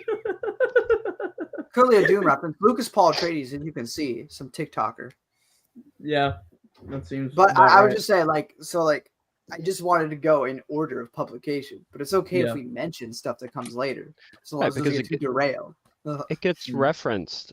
Some of the Yeah. stuff gets referenced later. Like Yeah. I don't know about this issue. but This is referenced in Supernatural Encounters and apparently in Galaxy Guide 3, The Oh. Empire Strikes Back second edition. But it'd also be unrealistic of me to expect you guys to not, kind of like have things brought up from the future when we live in a context where that's not possible because we know the future. So, it's just about seeing these things where Star Wars came from and also seeing like the connections that we made later It's from like these Back to things. the Future. When we're on So- this podcast, we can't bet on future. We're going through the sporting events. DeLorean. Yeah. So exactly. basically what you're saying is we read these and every once in a while someone goes, it is the future you see. who's that? I don't understand that reference. I've Yeah, not who's seen that? it. I What know. character is that? I don't know. Al? Sounds interesting though. Sounds like I a would love to little know more. hobbit. Like Yeah. if that species Sounds was like named, it would be Smeagol. called hobbits. It sounds like if there was a big one, you Smeagol. would just call it Big Yoda for example, just throwing a name out there. Just Yoda. I was thinking maybe it would even be a called Broda. like Whittle, Waddle, Yaddle, something like that. No, something like that. I like that. I Yeah. like that. We'll have to Yogurt. work something You know, out. merchandising. Yodelay, or Minch, Vander Cocaire, something like that. Something like that. Yeah. We'll put it through We'll R&D workshop a little it. bit. Are Yeah. you Exactly. referencing Minch Yoda from the leaked Empire Strikes Back script? And also from the Tales comic book, of course. Yeah. What's a Tales comic book? It's this amazing comic series that everyone will love. It's like and Pizazz, no one but will love worse. it. It's like Pizazz, but worse. It's entirely about what if Tales from Sonic the Hedgehog was in Star Wars, and everyone loved it and everyone clapped. All right, So moving on to Star Wars Weekly. Moving on So to the black and white this- section of the comic. Before we do that, this final color page, the iceworm bursts out, breaks the wing of the Imperial Stratohopper. Looks like a pickle So- right there. A little bit. So the fake Colonel Odin takes Leia and gets in the snow flyer that they also Get happen the snow to have. flyer. Yeah. Crimson Right. Jack. Get to the polar base. Luke and Co climb out of the hole and go after them. Is the Next snow is- flyer what's on the cover of the weekly that we were talking about? Maybe Is that what that's they were what trying Oh to do? yeah, I think you're right. Yes. Because it doesn't look like it exactly, but I could see I can see Some- that. Yeah. something. Yeah. Especially on this page, you can kind of see it a little bit more. Who's the colorist on this section? I think it was We me. don't actually have a colorist, we have a tonist. Yeah. was Colorist the didn't do a thing. very good job. Al, Yeah. you said this was your work. I can't say that you captured all colors from the rainbow. You see, I used my my dog was the one giving me the information here. He was trying to right. me. Makes see. sense. Yeah. See, that I makes don't a lot more suppose Howard sense. Bender is anyone you know, Al? Nope. Sounds like it's probably a UK guy. Just if I had to guess, if I had to take a guess. Wild gander. He sounds like a guy who'd eat a deep fried burger. Could be. That's crazy. Now you're making me hungry again, Brendan. It's all Brennan's fault. What? So we got so just looking at this page here, we got this terrible monster down in the panel on the bottom here, and these guys are on foot. Yeah. I Luke feel has like a crazed look in his eye right here. Yeah. So it says the monster and the stormtroopers took themselves out. So I guess the iceworm is now dead, sadly.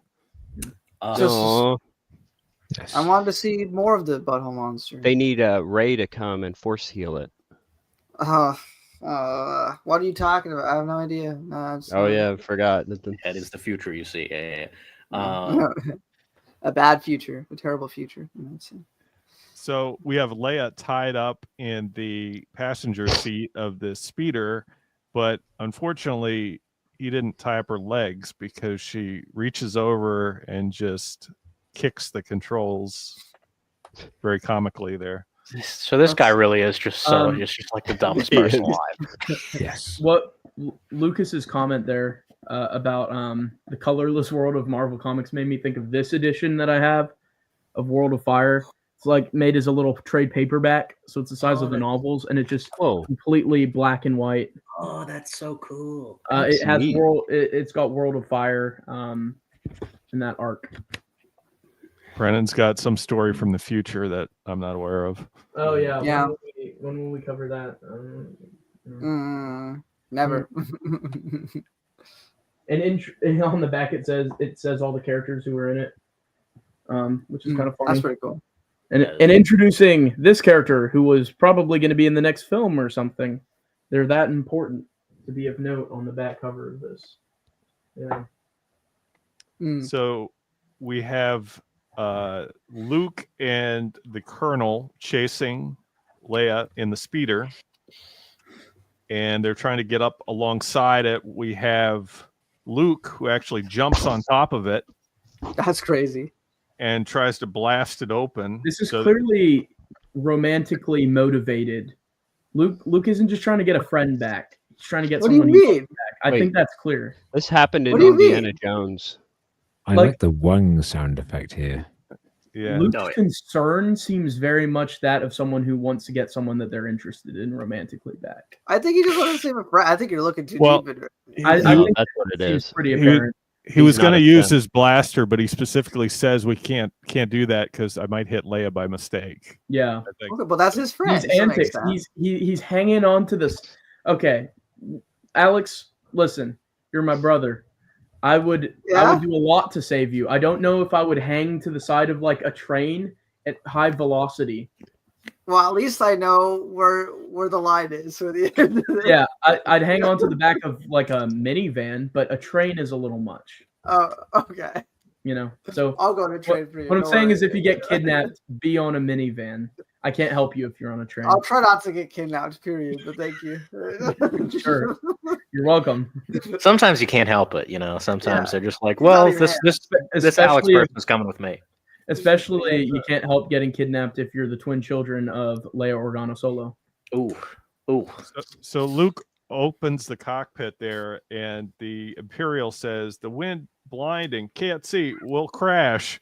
But as Luke knew it would, the automatic safety equipment cuts in. So they do have safety equipment, going back to the crashes that we alluded to earlier on the planet.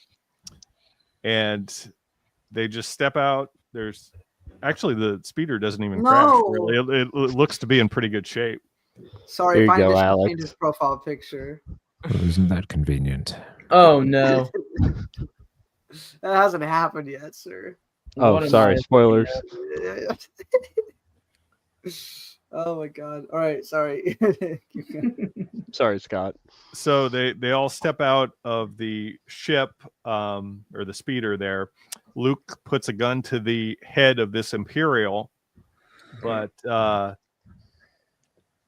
there are TIE fighters that are dispatched from the Imperial fortress that come to attack them. Basically, I don't know what they're going to do because the Imperial's captured, so he's kind of trapped there.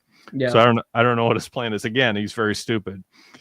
But It's weird how he traded his purple coat out for a white one here. Isn't that kind of strange? Oh, it is. Everything kind of looks grayscale in this Yeah. issue. That I hadn't that, noticed. Now that that you base mention it. looks like a 1980s toy playset. It does. It's like Castle Grayskull looking thing. A little bit. Little Fortress Maximus, maybe. Yeah. And then the snow demons actually attack the fortress. Mm-hmm. They're all ready to go. Have a Mohawks at the ready, freshly Mhm. freshly iced, as Brady. look very After much they, like these. after they use the speeder to blow a hole in the gate. Mhm. Right. And then some TIE fighters attack. Luke shoots one of the stormtroopers who's actually climbing into the cockpit of the Yeah. TIE fighter. Fun detail. So- Detail. Both Luke and Leia fly a TIE fighter in this issue, Mhm. or the last couple panels here. And they destroy the base, and everybody escapes happily ever after. Dave Mhm. Cockrum really got the TIE Is it- fighters down for the most part. Yeah, the TIE They look fighters good. look fantastic. They look great. I like the black and white look of the TIE fighter. Well, I like the black and white look of the battle. is it Luke? Yeah. Really cool. Is it Luke and Leia flying a TIE? I thought Yep. it was just Luke. I think it's both Luke and Leia, because Oh, let's see the next page. Next page. Well, a rebel is in that ship. He and his friends lost interest in keeping me prisoner when their attack was launched. And then there's Luke saying, if I keep at low level, most of their guns can't nail me. Not too tricky Okay. for somebody used to running Beggar's Canyon back on Tatooine. He really loves always bringing has- that up. He always has to bring that up. Absolutely. that's the I mean- second time in this arc. If I flew Beggar's Canyon, I would always talk about it. To be fair, he like so imagine going from like Smallville, Kansas, to, for instance, the largest city in the country. You'd probably be talking about really lame stuff too, thinking, Yeah, "Oh you'd man, be this like, is really oh, cool." I won the Smallville grab the oiled up pig challenge 3 years in a row.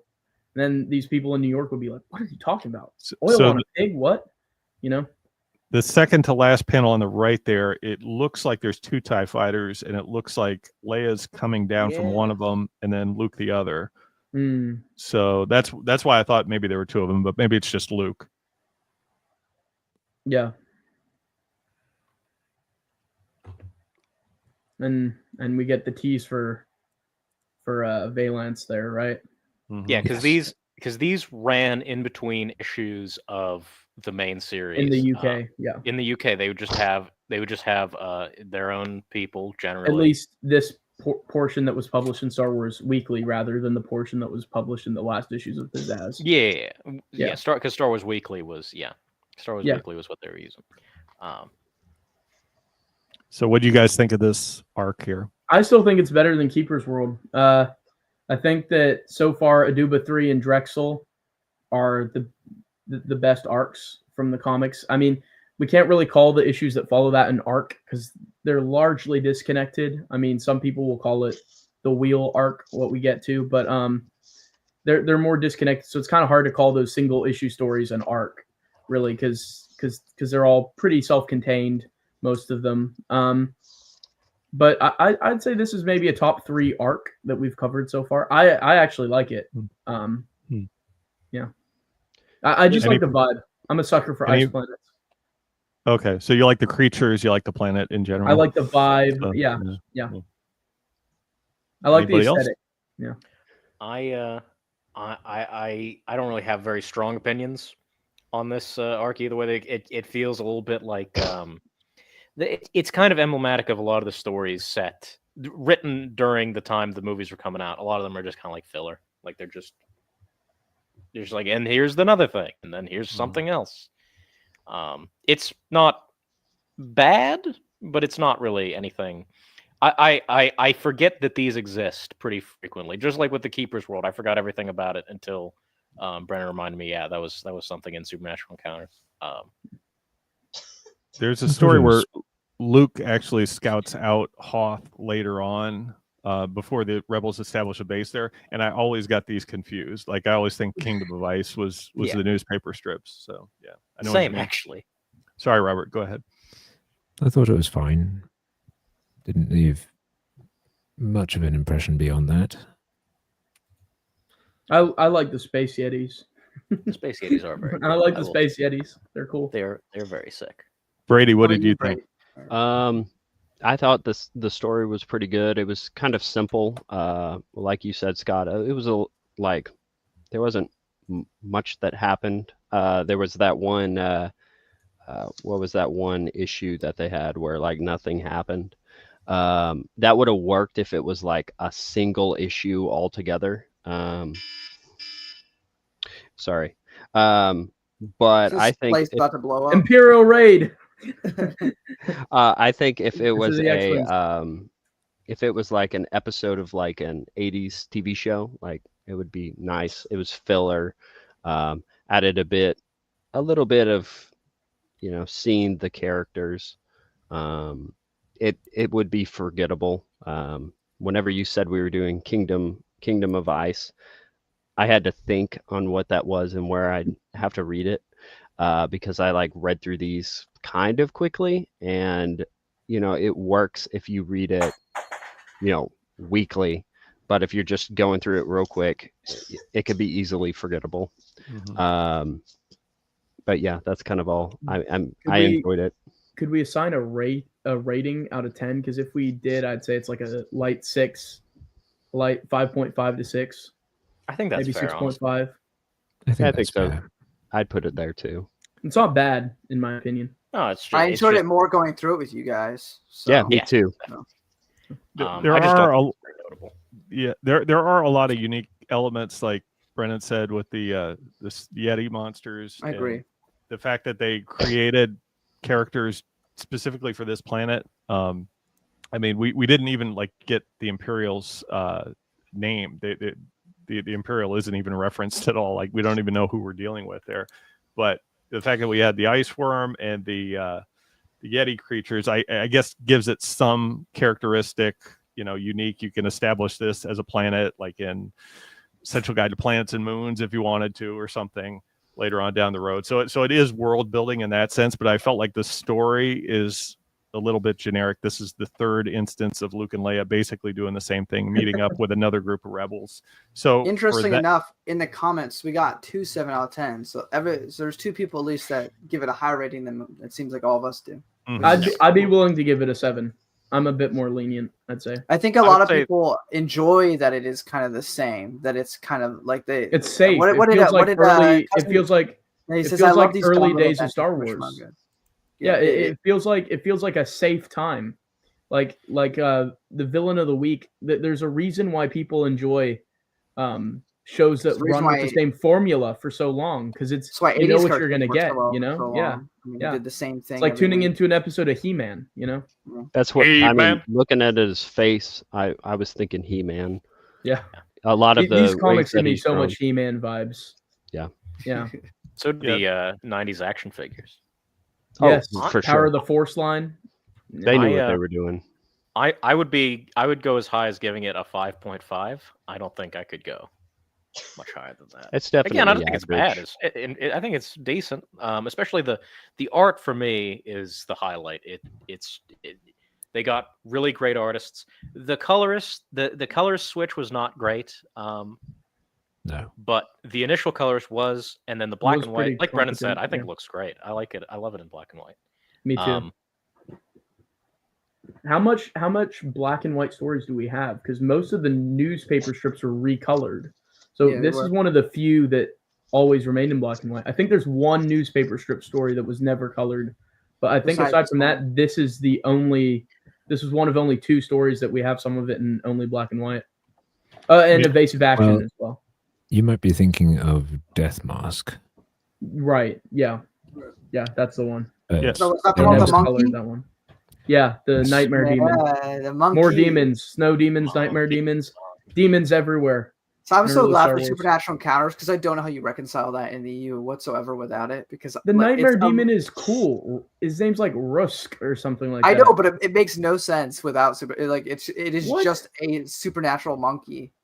No, but it's a species. It's a species that has psychic powers that were exterminated by the Republic. The Republic hunted them down, and there's only like one left. Silly. It's so silly. How is it silly, Alex? So in conclusion, wait. I wanted to ask Scott one thing. AKA the real Colonel Odin. I noticed that just now. But you mentioned earlier you think it's the first not good Star Wars story we've covered. So we made it for a streak of 7 episodes where all the content was good. What about this is not up to that standard? What about it is subpar for you?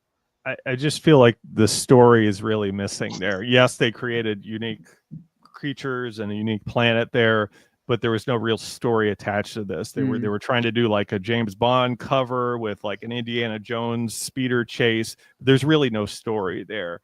I guess I should say, the holiday special we did cover. The holiday special is not very good, but if you compare this at least to the other comics, it's an acquired taste. At least to the other comics. So the Aduba 3, the Keeper's World, the Drexel, Marvel 16 to 19 there. I would say this ranks lowest amongst the comics. Hey, I think I can see where you're coming from there. Yeah. That makes a lot of sense. Say that this has been done a few times already, like the story line. Like 3 times. Similar story beats, yeah. I can see why you'd think it's not. I mean, it definitely wouldn't be original. But of course, I'm just coming in, out of the blue and reading it. We hope you join us next time, Brady. Yeah, hopefully. Well, he's always working, so that's the thing, and I do it during school hours. That's the problem. Yeah. But, hey, we'll hope for some more snow days. Yeah. Yeah. Well, no, maybe not, because he has money. But... Right. Oh wait, yeah, my bad. I hope you get your credits. I hope you get your credits, sir. Your well-deserved Republic credits. So, Alex, what were your thoughts? I don't think we got to you.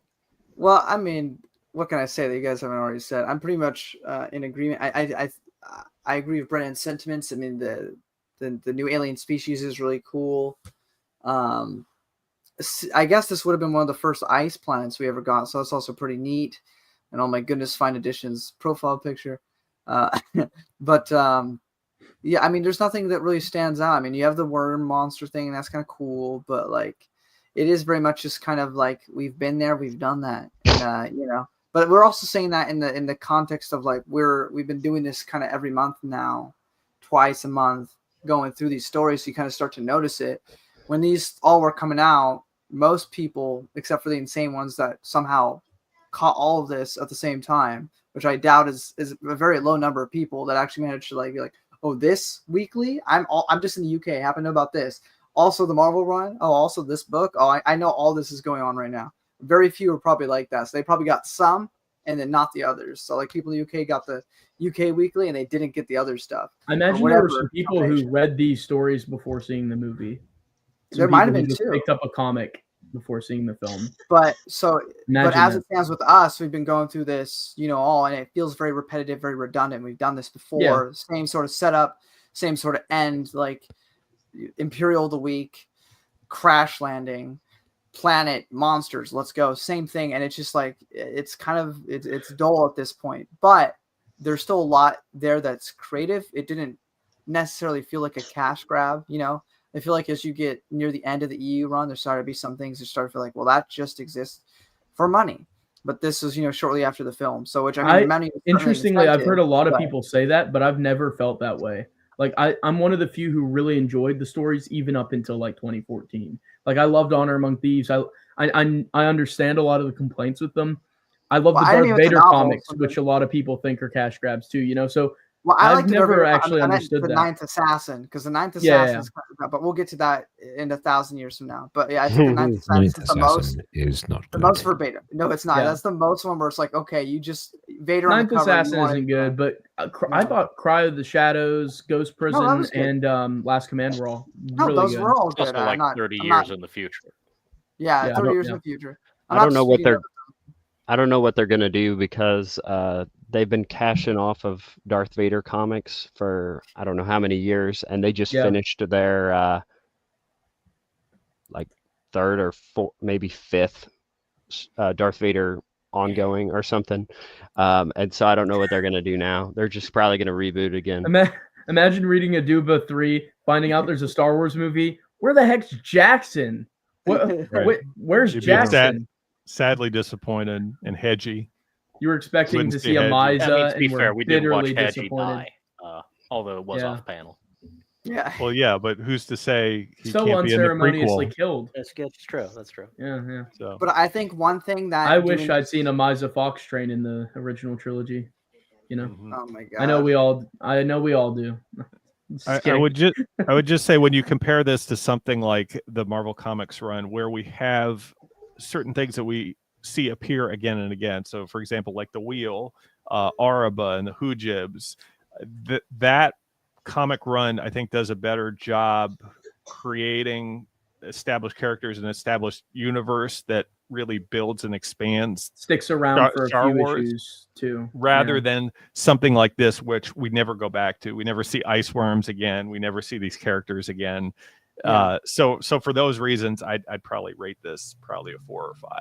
That's fair. Yeah, that's not bad. But I do think that the benefit of doing this series with all of you is that there's a certain, well, one, we're joking around and stuff like that, of course, but like as we're actually engaging with it, I feel like when you're reading it by yourself, especially if you immediately get turned off by it, then even you're still reading the same thing, you're going through it, but you're not going to be paying as much attention and you're not caring as much. You're not engaging with it. Now it's thinking about it as much. Instead of doing it for fun. But when it's all of us together, if there are parts that maybe you wouldn't have noticed before because it's all of us forced here to look at it. When you have 6 pair of eyes looking at the same thing and just analyzing every detail, you're going to spot details. Like, for example, I would never have noticed how Robert pointed out that his lightsaber hilt was green in one panel. I would have never noticed that in a billion years.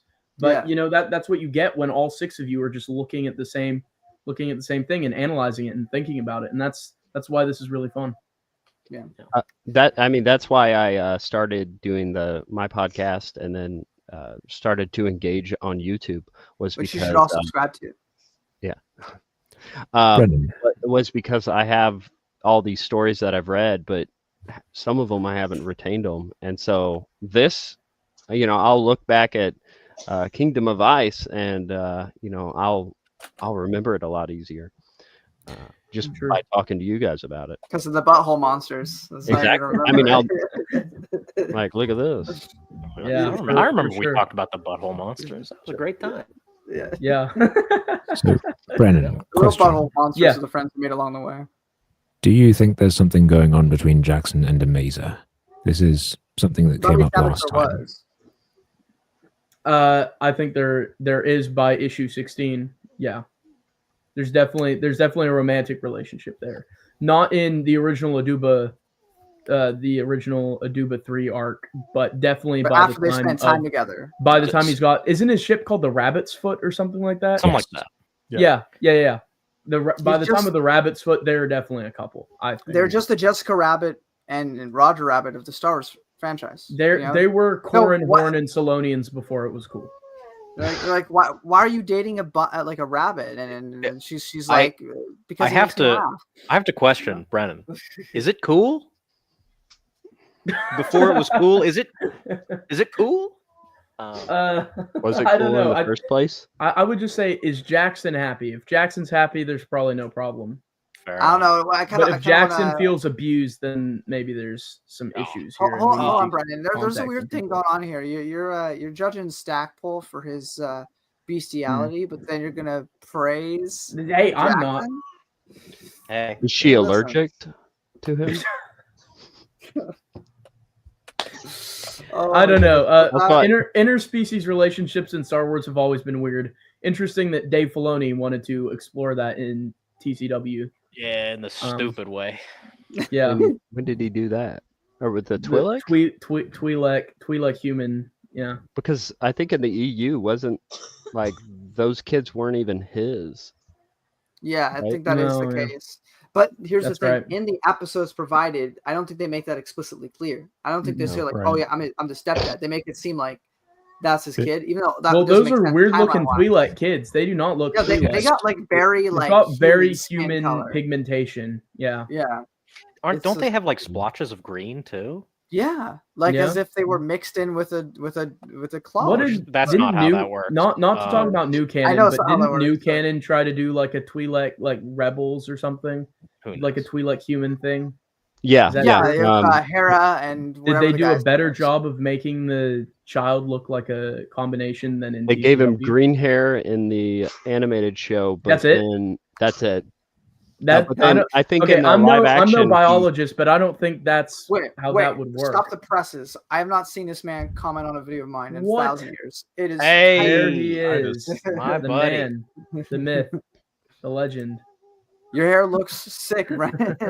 Thanks, dude. And it wouldn't make sense if they were cute kids because the Clone Wars would be going on for 1 year at that point, which the show has purposely made it be 6 months. So you actually could make that work if you just had the normal timeline, but you didn't. So who knows? But that's far down the line. They look like they're like 6 or 7 anyway. So I don't even know if that wouldn't have worked. Was his name like Cut Locane or something? LaQuay. Cutler or something. So stupid. I thought for a second you said cut cocaine. I was like, what? What's the name? Well, the names in that show are very original, like Savage Opress. Like, I will never. True story. For the first 3 years I knew about that character, instead of pronouncing it Savage Opress, I thought his name was Savage Express. I think I've said that before, but I would tell people that one of my favorite Sith was named Savage Express. That's what I tell people. That just makes me think he's like a bullet train. He just goes so fast. He just hits it. I don't know. I just want murder on the Savage Express. I want a Panda Express logo, but instead it's Savage on it. You know, going like with lightsabers. That's a great T-shirt. I'll tell you something. That's a great. That would be fantastic. Yeah. Also, Titus says the cut storyline doesn't make sense with how his kids are a few years older. I know. But here's what I'll say. With that cocaine comment, we probably should cut this. We should probably cut this short. So I think that's what Amaza and Jackson. Amaza and Jackson were probably doing some of that. And that's why they formed the relationship. No, they got their own Star Wars equivalent. It's I don't know. It's a space fun, you know? Yeah, Death Sticks. What did you just say before that? Did you say space fun? Space fun. Space fun. What is space fun? All right, we're gonna wrap it up. We're gonna wrap it up. It's Thank you getting all for dark coming. here. So Thank you all for coming. next episode, I think we're going back to the Marvel comics. We are. We Marvel have issues 20 to 23. 20 to 23. Looking forward to it. That'll be in March, early March. Sounds good. If you It's gonna guys be go great. this late next time, I might be able to hop on it Hey. at the end. It all depends on That's how an much we're incentive. talking. Right. So, Yeah. alrighty. Well, thank you everyone who was in the chat. Thanks for watching, and Great I'll seeing see everyone. you in March. Bye bye.